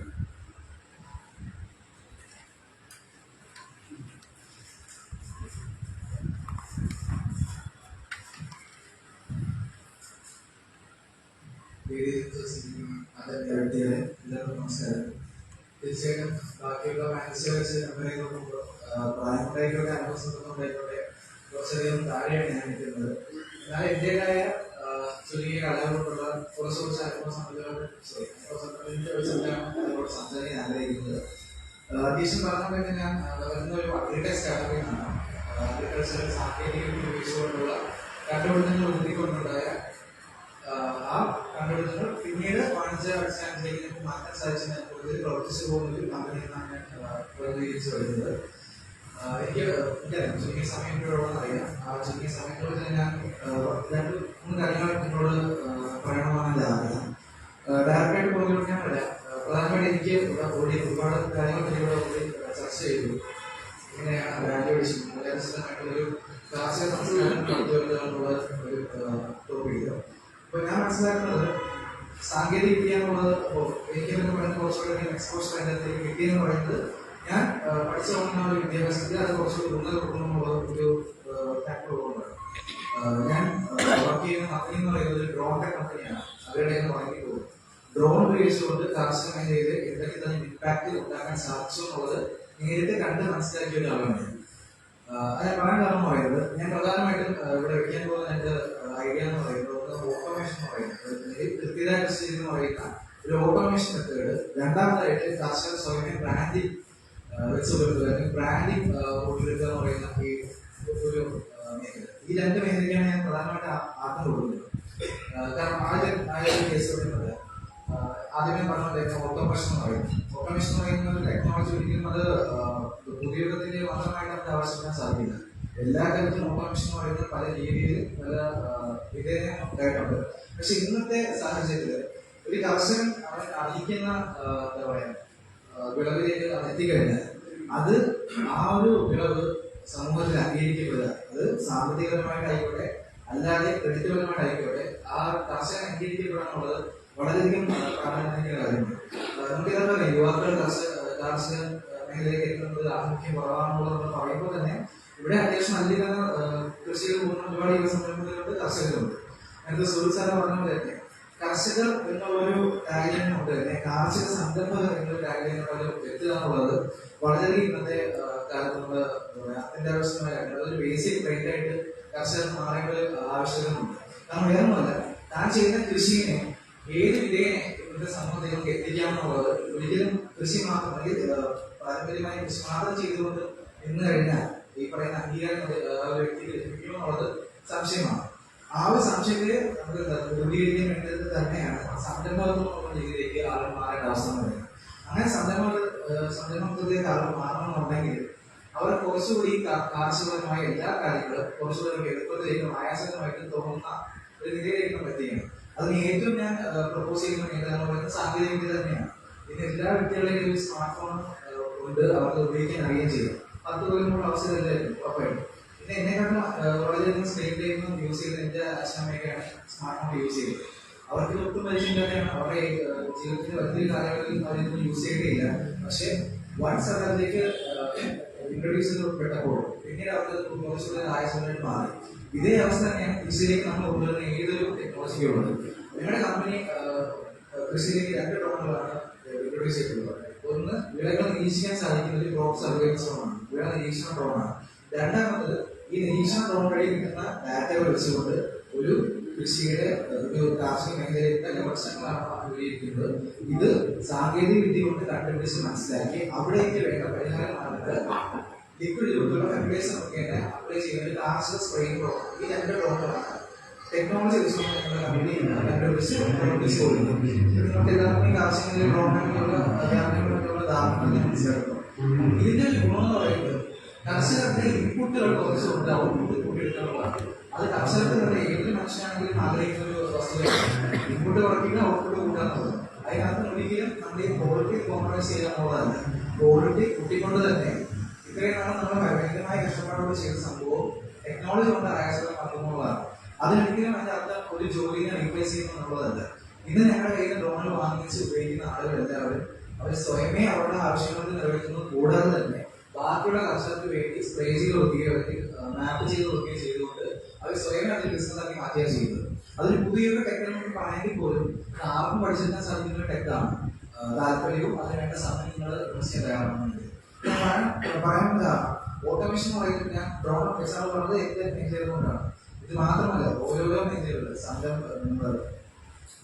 കാർഷിക ഉൽപ്പന്നങ്ങൾ സംഭരിച്ചുകൊണ്ട് തുടങ്ങുന്നതിൽ അവസാനം സംസ്കരണം വരെയുള്ള എല്ലാ മേഖലകളിലും ട്രേസബിലിറ്റി നമുക്ക് അടിസ്ഥാനമായിക്കൊണ്ട് ഒരുപാട് നമുക്ക് ഡിജിറ്റൽ ടൂൾസുകൾ അപ്ലൈ ചെയ്യാൻ നമുക്ക് സാധിക്കും. ഉറപ്പായിട്ടും എന്താ പറയുക, ഒരു വിള നമ്മൾ സ്റ്റാർട്ട് ചെയ്ത് അത് ട്രാക്ക് ചെയ്തുകൊണ്ട് ബ്ലോക്ക് ചെയിൻ സപ്ലൈ നമ്മൾ പറയാറുണ്ട്. അത് ലോജിസ്റ്റിക്സിനാണ് കുറച്ചുകൂടെ നമ്മൾ കേട്ട് വെച്ച് തുടങ്ങി പോലും ഒരു ഡിജിറ്റൽ രജിസ്റ്റർ കീപ്പ് ചെയ്തുകൊണ്ട് ഒരു കർഷകൻ അയാളുടെ വിള എന്താണോ അതിന്റെ ആരംഭം മുതൽ അവസാനം വരെയുള്ള എല്ലാ കാര്യങ്ങളും ഡിജിറ്റലി രജിസ്റ്റർ ചെയ്തുകൊണ്ട് കർഷകർ സുതാര്യമായിട്ട് കാണുന്ന വിധത്തില് ഇതിന്റെ എല്ലാ ഒരു പ്രക്രിയയും ഡിജിറ്റലി നമ്മൾ റെക്കോർഡ് ചെയ്യപ്പെടുകയാണ്. റെക്കോർഡ് ചെയ്യപ്പെടുന്ന നമ്മൾ എന്തെങ്കിലും സംഭവം രണ്ട് കാര്യമായിക്കൂടെ നമ്മൾ ചെയ്താൽ അത് റെക്കോർഡ് ചെയ്യപ്പെട്ട ആളാണ് അറിഞ്ഞാൽ മാത്രമേ നമ്മൾ ചെയ്യുന്നതിനൊരു വാലിഡിറ്റി ഉണ്ടാവുള്ളൂ, അതിനൊരു ഫീസിബിലിറ്റി അവിടെ ക്രിയേറ്റ് ആവുള്ളൂ. അപ്പൊ അതുകൊണ്ട് തന്നെ കർഷകൻ ശേഖരണ തൊട്ട് പ്രോസസിംഗ് യൂണിറ്റ് വിതരണക്കാരൻ റീറ്റെയിലർ വരെ ഇല്ലെങ്കിൽ ഇത്രയും വലിയൊരു പ്രോസസ് അല്ല. ഡിജിറ്റലി ഓരോരോ ഘട്ടമായിട്ട് കൊണ്ട് പോകാനുണ്ടെങ്കിൽ ഇടയ്ക്ക് ഉണ്ടാകുന്ന ആവശ്യമില്ലാത്ത അനാവശ്യ ഇടപെടലുകൾ മാറ്റാൻ പറ്റും. എന്തെങ്കിലും വ്യാജപരമായിട്ടുള്ള എന്തെങ്കിലും ഇടപെടലുകൾ നമുക്ക് അകറ്റാൻ സാധിക്കും. ഇത് ഇന്നത്തെ നിലയിൽ ഭയങ്കരമായി എഫക്റ്റീവായിട്ടുള്ള ഡാറ്റാബേസ് ക്രിയേറ്റ് ചെയ്യുക എന്ന് പറയുന്നത് ഒട്ടും ബാലികാലമല്ല ഇന്നത്തെ അവസ്ഥയിൽ. പക്ഷെ അത് കർഷകനും കൂടി പ്രാഥമിക രീതിയിലുള്ള മാറ്റിയെടുക്കാനുള്ളതാണ് പ്രാഥമികമായിട്ട് ശ്രദ്ധിക്കേണ്ടത്. മാത്രമല്ല ക്വാളിറ്റി സർട്ടിഫിക്കേഷൻ എന്ന് പറയുന്നത് കുറച്ചുകൂടി ഒരു വസ്തുതയാണ്. കാരണം കർഷകൻ ചെയ്യുന്നത് അതായത് ഭയങ്കരമായ കഷ്ടപ്പാടുകൊണ്ട് കർഷകൻ ചെയ്യുന്നത് വിളയുടെ ഗുണമേന്മ അത് സർട്ടിഫിക്കേഷൻ പറഞ്ഞാൽ മാത്രമേ നാളെ അയാൾക്ക് ആ വിള കൊണ്ടുണ്ടാകുന്ന ഒരു മെച്ചം ആളിലേക്ക് എത്തിച്ചുകൊണ്ട് പ്രോപ്പറായിട്ട് അദ്ദേഹം തന്നെ ഒരു എന്താ പറയുക മാർക്കറ്റ് സ്റ്റേജിൽ കൊണ്ടുവരാൻ സാധ്യതയുള്ളൂ. പിന്നെ ബ്രാൻഡിങ് പറയാൻ കാരണം ബ്രാൻഡിങ് എന്ന് പറയുന്നത് പ്രധാനമായിട്ടും നമ്മൾ ഡിജിറ്റൽ മീഡിയ യൂസ് അല്ലെങ്കിൽ സോഷ്യൽ മീഡിയ വഴിയുള്ള മാർക്കറ്റിംഗ് എന്ന് പറയുന്നത് ഭയങ്കരമായിട്ട് ശേഷിയുണ്ട്. ഞങ്ങളുടെ കമ്പനി ആയിക്കോട്ടെ കഴിഞ്ഞ വർഷം ഉദ്ദേശിച്ച അഡ്വർടൈസ് സ്റ്റാർട്ടിനുള്ള സംസ്ഥാന അവാർഡ് കിട്ടിയ ഇത് കിട്ടിയത് വേറെ മാത്രമല്ല ചെയ്യുന്ന പ്രവർത്തികൾ നമ്മൾ പ്രോപ്പറായിട്ട് ദിനത്തിൽ നമ്മളൊരു മീഡിയയിലേക്ക് നമ്മൾ കൊടുക്കുന്നു.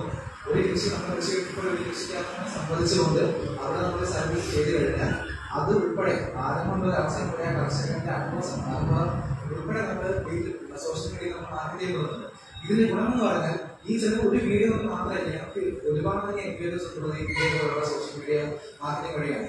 അതായത് കർഷകൻ സ്വയമേ ബ്രാൻഡാവുക എന്നുള്ളതാണ് ഇതിന്റെ പ്രധാനപ്പെട്ട ഞങ്ങളുടെ ഉദ്ദേശം പറയുന്നത്. ഞങ്ങളുടെ കമ്പനിയിൽ നിന്ന് പ്രവർത്തിക്കുന്ന പോലും ഞങ്ങൾ കർഷകർക്കായിട്ട് ഇങ്ങനെ ഒരു ടെക്നോളജി കൊടുക്കുമ്പോൾ ഞങ്ങൾ അവരോട് പറയാനുള്ളത് പ്രധാനമായിട്ടും നിങ്ങൾ നാളെ കുറച്ചധികം പേർക്ക് തൊഴിലെടുത്ത് ഇതിലോട്ട് മാറിയാൽ മാത്രമേ നിങ്ങളുടെ ടെക്നോളജി ഉണ്ടായ എല്ലാ വശങ്ങളും നിങ്ങൾക്ക് പ്രോപ്പറായിട്ട് ലഭിക്കാവുന്നതാണ്.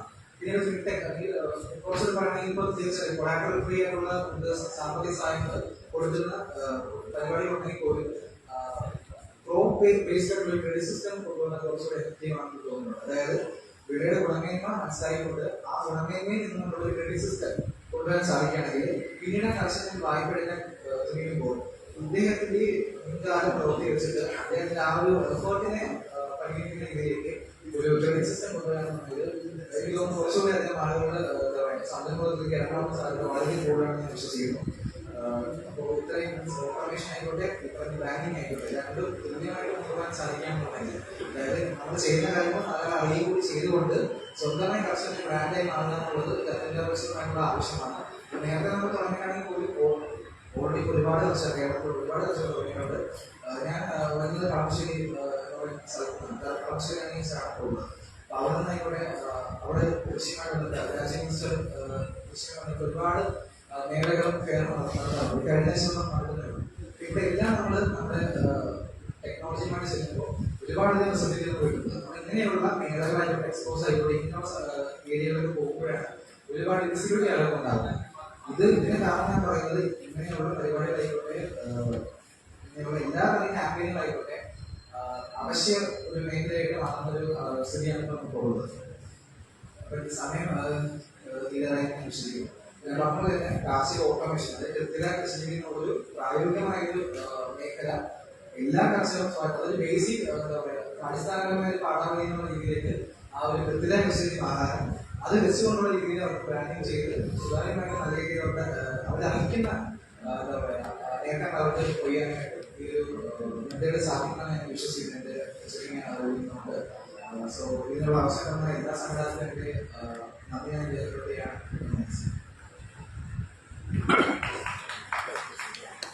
താങ്ക്സ് ജോഷി. അടുത്തത് കൃഷിവകുപ്പ് assistant director Shri GK മണിവാർ.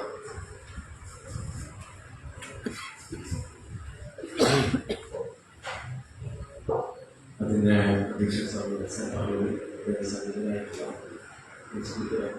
Vijayakumar ഇവിടെ സമീപന രേഖ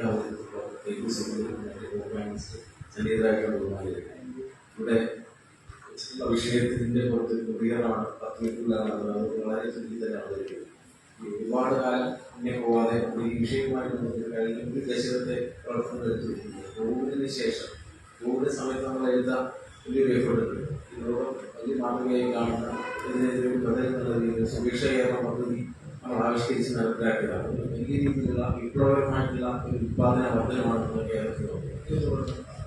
അന്ന് വിപണന സംവിധാനങ്ങളുടെ അപര്യാപ്തത കേരളം മനസ്സിലാക്കിയ ഒരു ഘട്ടമാണ് അതേ തുടർന്ന് വിവിധ രാജ്യങ്ങളിൽ നിന്ന് മടങ്ങിയെത്തുന്ന നമ്മുടെ സംരംഭക സുഹൃത്തുക്കളടക്കം പ്രത്യേകിച്ച് ഈ മേഖലയിലേക്ക് വാല്യൂ അഡീഷന്റെ മേഖലയിലേക്ക് വന്നുകൊണ്ടുകൂടിയാണ് നമ്മൾ ഈ കൂടുതൽ ശ്രദ്ധ ഈ മേഖലയിലേക്ക് വന്നിട്ടുള്ളത്. ഇതേ തുടർന്ന് വലിയ രീതിയിലുള്ള പ്രവർത്തനമാണ് ഗവൺമെന്റ് സർക്കാർ ഈ മേഖലയിൽ പ്രധാനമായിട്ടും ഇപ്പോൾ ആസൂത്രണ ബോർഡിന്റെ ഒരു ഫോക്കസ് ഉള്ള 2 കാര്യങ്ങൾ. ഒന്ന് ഉത്പാദന വർദ്ധനയ്ക്ക് വേണ്ടിയിട്ടുള്ള സംയുക്ത കൃഷി ഉത്പാദന കാർഷിക അനുബന്ധ മേഖലയിലെ മൂല്യവർദ്ധന പിന്നെ നിർമ്മാണമടക്കം വരുന്ന ഒരു മേഖലയാണ്. അതേപോലെ തന്നെ ഇതിലേക്ക് തന്നെ സെഷൻ നമ്മൾ സൂചിപ്പിച്ചതുപോലെ കൃഷിയിലാധിഷ്ഠിത ഒരു വികസന സമീപനത്തിലേക്ക് ഫാം പ്ലാൻ വികസന സമീപനം വരും. ഈ 2 ഘട്ടത്തിൽ വരുന്നത് കേവലം കൃഷി മാത്രമല്ല, കൃഷിയോടൊപ്പം തന്നെ അനുബന്ധ മേഖലയിലെ വികസനത്തിന്റെ മൂല്യവർദ്ധനവും കൂടെ അതിന്റെ സംസ്കരണമൊക്കെ തന്നെ നമ്മുടെ മുന്നിൽ യാഥാർത്ഥ്യമാകുകയും ഇവിടെ പ്രധാനമായി ഇതിന് വന്നിട്ടുള്ള വിവിധ ഘടകങ്ങൾ നമ്മുടെ കമ്പോണൻസ് പറയും. ഇതിന് ഏറ്റവും പ്രധാനം ഇവിടെ വെച്ചിട്ടുള്ള സമീപന രേഖയില് KP സുധീർ അവരുടെ രേഖയിൽ പ്രധാനം 1 കർഷകന്റെ വരുമാനം, 2 ശേഖരം. അതാണ് ഒരു കേന്ദ്ര ബിന്ദു എന്ന് പറഞ്ഞ രേഖയിൽ. അപ്പോൾ അതിന് ഏറ്റവും പ്രധാനം ശേഖരം എന്ന് നമ്മൾ എടുക്കുകയാണെങ്കിൽ ഇന്ന് ഈ 2021 കാലഘട്ടത്തിന് ശേഷം നമുക്ക് ഏകദേശം 1076 അഗ്രിഗേഷൻ സെന്ററുകൾ ശേഖരണത്തിന് വേണ്ടി കേരളത്തിൽ ലഭ്യമായിട്ടുണ്ട്. ഏകദേശം 100 FPOകൾ കേരളത്തിൽ ലഭ്യമായിട്ടുണ്ട്. ഏകദേശം 14 മാർക്കറ്റ് ഹബുകൾ ജില്ലാ അടിസ്ഥാനത്തിൽ ബ്ലോക്ക് അടിസ്ഥാനത്തിൽ ലഭ്യമായിട്ടുണ്ട്. എന്നാൽ ഇതെല്ലാം തന്നെ ഇപ്പോൾ ഇതെല്ലാം നിലവിലുണ്ടെന്ന് പറയുന്നത് നമ്മുടെ വിപണന സംവിധാനങ്ങൾ കൃത്യമായിട്ടുള്ള അപര്യാപ്തതയാണ് നമ്മൾ ഇപ്പോൾ ചൂണ്ടിക്കാണിക്കുന്നത്. അതാണ് ഇപ്പോൾ ദ്വിതീയ കാർഷിക മേഖല ഇപ്പോൾ നമ്മുടെ ബഹുമാനപ്പെട്ട മന്ത്രി തന്നെ എല്ലാ രീതിയിലും പറഞ്ഞു പ്രൈമറിയിൽ നിന്നും സെക്കൻഡറിയിലേക്ക് ഒരു ട്രാൻസ്ഫോർമേഷൻ കേരളത്തിൽ നടന്നിട്ടുണ്ട്.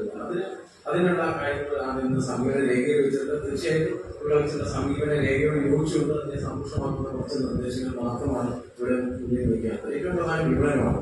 അപ്പോൾ ഇതിനകത്ത് വിപണനത്തിൽ ഏറ്റവും പ്രധാനം ഇതിനകത്ത് ഓരോ ഘട്ടങ്ങളും നമ്മൾ ചേർക്കുന്ന മൂല്യമാണ്. അപ്പോൾ അതിനകത്ത് കർഷകന്റെ പങ്ക് എന്താണെന്നാണ് ഇവിടെ പരിശോധിച്ചത്. അപ്പോൾ ഏറ്റവും പ്രധാനം നമ്മുടെ ചെറുകിട ഏറ്റവും ചില്ലറ വ്യാപാര രംഗം എന്ന് പറയുന്നത് കർഷകൻ തന്നെ അത് കൈകാര്യം ചെയ്യുമ്പോൾ ഇവിടെ വന്ന് സമീപന രേഖയിൽ പറഞ്ഞ അല്ലെങ്കിൽ പ്രൈമറി റൂറൽ അഗ്രികൾച്ചർ മാർക്കറ്റാണ് വളരെ ബദലായിട്ടുള്ള പറഞ്ഞത്. അതിനോട് യോജിക്കുമ്പോൾ അത് എത്രത്തോളം പ്രാപ്തി. അപ്പൊ അതിനെ കൃത്യമായിട്ട് ക്ലാസ് അല്ലെങ്കിൽ സഹകരണ മേഖലയുമായിട്ട് ബന്ധപ്പെടുത്തിയാണ് അപ്പൊ ഇവിടെ ചില കാര്യങ്ങളുണ്ട്.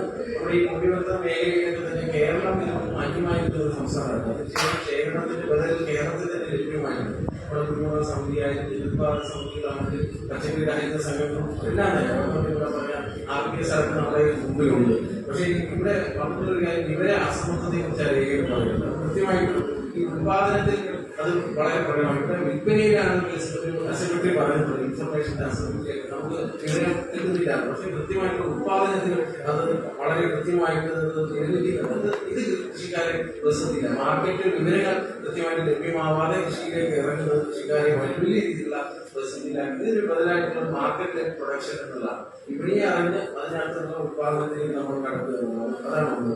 രണ്ട്, ഈ രംഗത്ത് പ്രവർത്തിക്കുന്ന നമുക്ക് ലഭ്യമായിട്ടില്ലാത്തൊരു സംവിധാനം കൃത്യമായിട്ട് സംസ്ഥാന തലത്തിലൊരു മാർക്കറ്റിംഗ് ഇന്റലിജൻസ് സംവിധാനം നമുക്ക് നിലവിലില്ല. അതിന് ഒരു സ്ഥാപനമുണ്ട്, അഗ്രികൾച്ചർ ലൈസൻസ് ബോർഡ്. പക്ഷെ അതിനകത്ത് ചില നമ്മുടെ സംവിധാനങ്ങൾ അപര്യാപ്തം മൂലം അതിന് കൃത്യമായിട്ട് ആ മേഖലയിൽ പ്രവർത്തിക്കാൻ കഴിയുന്നില്ല അവസ്ഥ. അതിന് ശാക്തീകരിക്കുന്ന നടപടികളിൽ നമ്മൾ പോകുന്നത്. മറ്റൊന്ന് പോസ്റ്റ് ഹാർവസ്റ്റ് ലോസ്. ഇവിടെ പറഞ്ഞു ഏകദേശം 15-30% വരെ വിളനാശം നമുക്ക് ഉണ്ടായിട്ടുണ്ട്.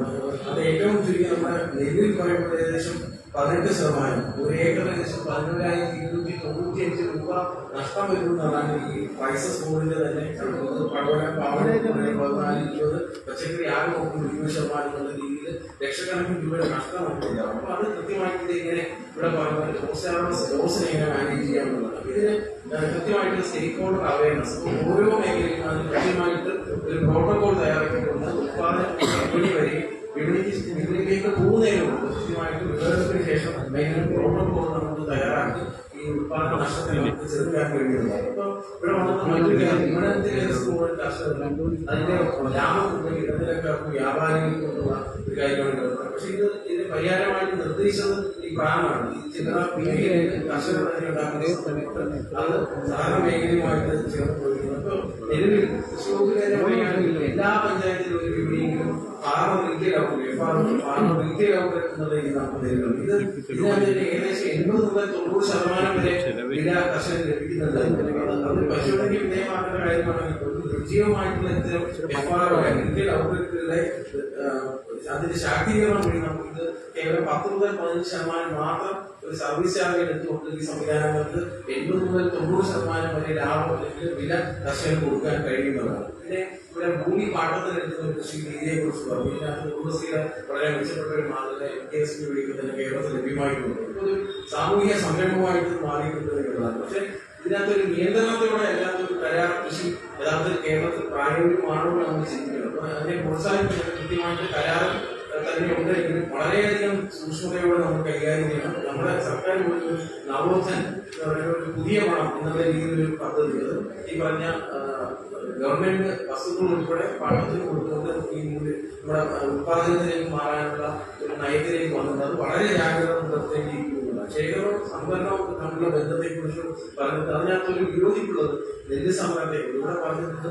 നമ്മുടെ സഹകരണ സംഘടന വഴിയുള്ള നെല്ലെടുപ്പാണ് കുറച്ചുകൂടെ ഉചിതമായിട്ടുള്ള ഒരു മോഡൽ എന്ന് ഇവിടെ KP സുധീർ സാറിവിടെ പറഞ്ഞിട്ടുണ്ട്. പക്ഷെ ഇതിനകത്ത് കൃത്യമായിട്ട് 2006 VS-ന്റെ ഗവൺമെന്റാണ് കൃത്യമായിട്ടൊരു ഡീസെൻട്രലൈസ്ഡ് പാഡി പ്രൊക്യൂർമെന്റ് സ്കീം എന്നുള്ള കേന്ദ്രീകൃതമായിട്ട് നെല്ല് സമരത്തെ നോക്കിക്കണ്ടത് കാണുകയും നമ്മുടെ സംസ്ഥാനം പക്ഷേ ഇന്ത്യയിലെ ഏറ്റവും ഉയർന്നൊരു വില നമുക്ക് നെല്ലിന് കൊടുക്കുന്നു. പക്ഷെ ഇതിനകത്ത് ഒരു അപര്യാപ്തത എന്താണ്? അതിനകത്ത് ഒരു പരിമിതി കൃത്യമായിട്ട് അത് വില കൊടുക്കാൻ കഴിയുന്നില്ല എന്നുള്ളതാണ്. ഇടനിലക്കാരെ പൂർണ്ണമായിട്ട് ഒഴിവാക്കി കൃത്യമായിട്ട് സ്വകാര്യ വിധികളെക്കൂടെ നമുക്ക് ഇതിനകത്ത് ഉൾപ്പെടുത്തിക്കൊണ്ട് ഒരു PPP മോഡൽ ലോകത്തിനെ മാതൃകയായിട്ടുള്ള PPP മോഡലാണ്. അതിന്റെ ഏറ്റവും പ്രധാന പ്രശ്നം കർഷകർക്ക് കൃത്യമായിട്ട് പൈസ കൊടുക്കാൻ കഴിയുന്നില്ല. അതിനകത്ത് നമുക്ക് ഈ സഹകരണ മേഖലയെ കൂടെ എങ്ങനെ ഉപയോഗിക്കാനുള്ള ഗവൺമെന്റ് ഇപ്പോൾ നോക്കിക്കാണുന്നത് അതിനുള്ള കരാറുകളും ഇവിടെ നടന്നു വരുന്നു. പക്ഷെ നേരത്തെ സൂചിപ്പിച്ചുകൊണ്ട് കേന്ദ്ര സർക്കാർ ഇതിനകത്ത് പിൻവാങ്ങുകയാണെങ്കിൽ നമുക്കൊരു മറ്റൊരു പദ്ധതിയിലേക്ക് നമുക്ക് പോകേണ്ടി വരും എന്നുള്ളതാണ്. അതേപോലെ നെല്ല് സംഭരണ കേന്ദ്രങ്ങൾ ഓരോ പഞ്ചായത്ത് അടിസ്ഥാനത്തിൽ തുടങ്ങുവാനുള്ള ഒരു രേഖയിൽ അതിനകത്ത് അവർക്ക് പൂർണ്ണമായിട്ട് അത് എത്രത്തോളം പ്രായോഗികമാണ് എന്നുള്ള ഒരു സംഭവം. പിന്നെ ഒരു കാര്യം പറഞ്ഞിട്ടുള്ള ബ്ലോക്ക് തലത്തിലെ ഹബ് ആൻഡ് സ്പോട്ട് മോഡൽ അതിനകത്ത് ശേഖരിക്കുന്ന ഉൽപ്പന്നങ്ങളെല്ലാം തന്നെ ബ്ലോക്കിലേക്ക് കൊണ്ടുവന്ന് അതിനകത്ത് ഒരു ഹബ് ആൻഡ് സ്പോട്ട് മോഡലിനെ കുറിച്ച് ഇവിടെ പറയുന്നുണ്ട്. അതിന് ഒരു നിർദ്ദേശമായിട്ട് വയ്ക്കാനുള്ള ത്രിതല സംവിധാനങ്ങളെ ശാക്തീകരിക്കുക. ഏറ്റവും താഴെത്തട്ടിൽ നേരത്തെ പറഞ്ഞിട്ടുള്ള ഫാർമർ റീറ്റെയിൽ ഔട്ട്ലെറ്റുകൾ രണ്ടാമത്തെ ഘട്ടത്തിൽ ചില്ലറ വ്യാപാരി ഏറ്റവും താഴെത്തട്ടിൽ രണ്ടാമത്തെ ഘട്ടത്തിൽ ബ്ലോക്ക് തലത്തിൽ ഇത്തരം ലേല സംവിധാനം അത് കർഷകർ കൊണ്ടുവരുന്ന കർഷകർ തന്നെ നടത്തുന്ന മാർക്കറ്റുകളാണ് സ്വാശ്രയ വിപണികൾ BFPC-കളിൽ മാർക്കറ്റ് ഹബ് ഉൾപ്പെടെയുള്ള മറ്റ് സംവിധാനങ്ങളൊക്കെ തന്നെ BFPC ഉൾപ്പെടെയുള്ള സംവിധാനങ്ങൾ ബ്ലോക്ക് തലത്തിൽ ജില്ലാ തലത്തിലേക്ക് മൂന്നാമത്തെ തലത്തിലേക്ക് വരുമ്പോൾ ഏറ്റവും പ്രധാനപ്പെട്ട ഉത്പാദന മേഖലയിൽ നിന്നും ഹോർട്ടികോർപ്പുകൾ പൊതുമേഖലാ സ്ഥാപനങ്ങൾ വഴി സംഭരണം കൃത്യമായി നടത്താനുള്ള ഒരു സംവിധാനത്തെ കുറിച്ചാണ് ഇന്നത്തെ നമ്മൾ സംസാരിക്കുന്നത് പറയുന്നത്. മറ്റൊന്ന് ഇവിടെ പറയാത്തൊരു കാര്യം എന്ന് പറഞ്ഞാൽ കൃത്യമായിട്ടും ഈ ഓൺലൈൻ ട്രെയിനിങ് നടത്താനുള്ള ഒരു സംവിധാനം കേന്ദ്ര സർക്കാർ നമുക്ക് മുന്നിൽ വെക്കുന്നത്. നമ്മുടെയൊക്കെ തന്നെ പൊതു വിപണികൾ, നമ്മുടെ മൊത്ത വ്യാപാര വിപണികൾ സർക്കാരിന്റെ നിയന്ത്രണത്തിലുള്ള വിപണികൾ പോലും ഇത് കാര്യക്ഷമമായിട്ട് നടക്കുന്നില്ല. ഏറ്റവും മെച്ചപ്പെട്ട രീതിയിൽ ഗുണകരമായിട്ടുള്ള ഒരു മത്സരം നടത്താനുള്ള ഒരു സ്ഥിതിയാണ് ഇല്ലാന്നുള്ളത്. പക്ഷെ അതിനകത്ത് രജിസ്റ്റർ ചെയ്തിരിക്കുന്ന കർഷകർ ട്രേഡർമാരെല്ലാം തന്നെ കുറച്ചുകൂടെ കാര്യക്ഷമമായിട്ട് ഈ പ്രവർത്തനത്തെ മുന്നോട്ട് കൊണ്ടുപോകാൻ നമുക്ക് കഴിയുന്നത്. ഓരോ കൃഷി സീസണിലും നമുക്ക് അതിന്റെ വിവരങ്ങളെ കുറിച്ച് പറയുമ്പോൾ ക്രോപ്പ് പ്രൈസ് കൃത്യമായിട്ട് പറയും. ഇവിടെ ഡ്രോണിനെ കുറിച്ച് പറഞ്ഞപ്പോൾ തന്നെ പറഞ്ഞു ഓരോ സംവിധാനം നമുക്ക് ഓരോ വർഷത്തെ വിവരങ്ങളും കൃത്യമായിട്ട് ലഭ്യമാക്കുകയാണെങ്കിൽ തുടർന്നുള്ള വർഷങ്ങളിൽ ഹിസ്റ്റോറിക്കൽ ഡേറ്റ ഉപയോഗിച്ചുകൊണ്ട് ഏകദേശം ഉപയോഗിച്ചുകൊണ്ട് പുത്തൻ സാങ്കേതിക വിദ്യയുണ്ട്, AI ഉൾപ്പെടെ സാങ്കേതിക വിദ്യ ഉപയോഗിച്ചുകൊണ്ട് അടുത്ത വർഷത്തേക്കുള്ള ഒരു പ്രൊജക്ഷൻ നമുക്ക് ഉത്പാദന സംഭരണ വിപണന പ്രവർത്തനം നമുക്ക് ഏർപ്പെടുത്താൻ കഴിയുന്നതാണ്. മറ്റൊന്ന് ഉത്പാദനം അതേപോലെ വിപണിയിൽ തമ്മിലുള്ള മുൻപിൻ ബന്ധങ്ങളില്ലാതെ വരുന്നതാണ്. കൃത്യമായിട്ടൊരു പ്രൊഡക്ഷൻ പ്ലാൻ നമുക്കില്ല, അതോടൊപ്പം തന്നെ മാർക്കറ്റിംഗ് പ്ലാൻ ഇതിനോടനുബന്ധിച്ചില്ല. ഇതിന് നമുക്ക് കാര്യക്ഷമമായിട്ട് നടപ്പിലാക്കണമെങ്കിൽ ഏറ്റവും താഴ്ത്തത്തിലെ ഗ്രാമപഞ്ചായത്ത് തലങ്ങളിൽ ഉദ്യോഗസ്ഥർ, കർഷകർ, നമ്മുടെ തദ്ദേശ സ്വയംഭരണ സ്ഥാപനങ്ങൾ ഉൾപ്പെടെ ഇതിനകത്ത് ഇടപെട്ടുകൊണ്ട് ഒരു ഏകോപന സംവിധാനം ഉണ്ടാക്കുന്നുണ്ട്. മൂല്യവർദ്ധനയെ കുറിച്ച് നേരത്തെ കാര്യങ്ങൾ പറഞ്ഞുകൊണ്ടിരിക്കുക. നേരത്തെ പറഞ്ഞ കേരളത്തിൽ അന്യമല്ല കാര്യങ്ങളെല്ലാം തന്നെ സുന്ദരവിദ്യകളെ പ്രവർത്തിക്കില്ല അരി മുതലായി നമ്മൾ നിലവിൽ ഉപയോഗിക്കുന്ന എല്ലാ കാര്യങ്ങളും നമ്മൾ മൂല്യവർദ്ധന നടത്തി വരുന്നുണ്ട് എന്നതാണ്. ഇത് ഇതിന്റെ ഫലമായിട്ട് തൊഴിലവസരങ്ങൾ നിരവധിയായിട്ട് നമ്മുടെ മുമ്പിലുണ്ട്. പക്ഷെ ഈ പദ്ധതികളെല്ലാം തന്നെ ഉള്ള ആനുകൂല്യങ്ങളെ കുറിച്ച് കൃത്യമായിട്ട് കർഷകർക്ക് അറിയില്ല എന്നുള്ളത്. ഒരുപാട് ആനുകൂല്യങ്ങളുണ്ട്. ഇവിടെ കേന്ദ്ര സർക്കാരിന്റെ PMFME പദ്ധതി, AAF എന്നുള്ള പദ്ധതി, സ്മാം, RKB, നബാർഡിന്റെ FPO വരെ ഒരുപാട് കാര്യങ്ങൾ ഇതിനകത്ത് ആനുകൂല്യങ്ങൾ കർഷകരെ കൊണ്ടുവരാൻ കഴിയും. പക്ഷെ ഇതിനകത്ത് ഒരു പ്രധാനപ്പെട്ട പ്രശ്നം ഇത്തരം ക്രെഡിറ്റുകൾ അല്ലെങ്കിൽ ആനുകൂല്യങ്ങൾ കിട്ടുന്ന വഴി കർഷകർ ഈ കൂടുതൽ ഈ സാങ്കേതിക വിദ്യയെ കുറിച്ച് മനസ്സിലാക്കാതെ ഇതിനകത്തേക്ക് ഇറങ്ങുന്നതാണ്. മൂലധനം മാത്രമായിട്ട്, ക്യാപിറ്റൽ മാത്രമായിട്ട് വരികയും ഉത്പാദനത്തെ കുറിച്ച് വലിയ രീതിയിൽ നമ്മൾ ആരോഗ്യം ചെയ്യാതെ വരുന്നതോടെ ഒരു പക്ഷേ ഒരു പരിശീലനം കൊടുക്കാതെ വരുന്നതോടെ കൃഷി രംഗത്ത് നിന്ന് സ്ഥായിയായിട്ട് ഒരു വരുമാനം ലഭിക്കാതെ വരുന്ന കാര്യം നമ്മുടെ കേരളത്തിൽ നടക്കുന്നു. ഇതിന് ബദലായിട്ട് സമീപ രേഖയിൽ തന്നെ പറയുന്ന കോമൺ ഫെസിലിറ്റി സെന്ററുകളെ നമുക്ക് ബ്ലോക്ക് തലത്തിൽ അതിനകത്ത് കൃത്യമായിട്ട് സഹകരണ മേഖലയിൽ ചെയ്യുവാനും കർഷകർക്ക് പരിശീലനം കൊടുത്തുകൊണ്ട് കോമൺ ഫെസിലിറ്റി സെന്റർ വഴി ആ മേഖലയിൽ ഏറ്റവും പ്രധാനപ്പെട്ട ഉത്പാദന വസ്തുക്കൾ ഏതൊക്കെയാണ്, അസംസ്കൃത വസ്തുക്കൾക്ക് യോജിച്ച രീതിയിലുള്ള യന്ത്രവൽകൃത സൊല്യൂഷൻസ് നമുക്ക് ഈ കോമൺ ഫെസിലിറ്റി സെന്റർ വഴി ബ്ലോക്ക് തലത്തിൽ കൊടുക്കണമെന്നുള്ളതാണ്.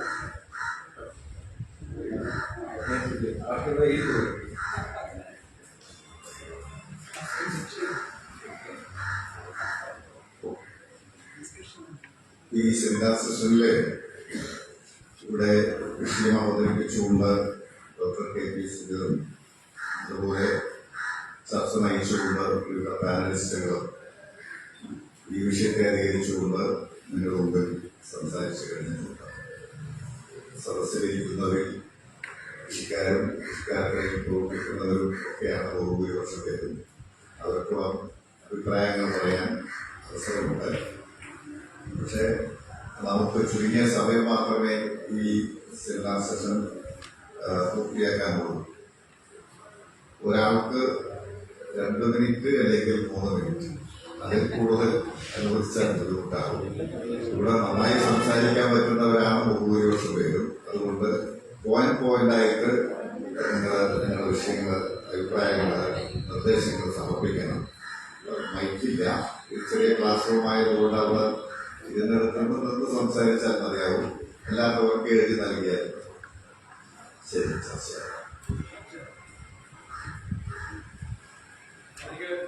ചോദ്യത്തിലാണ്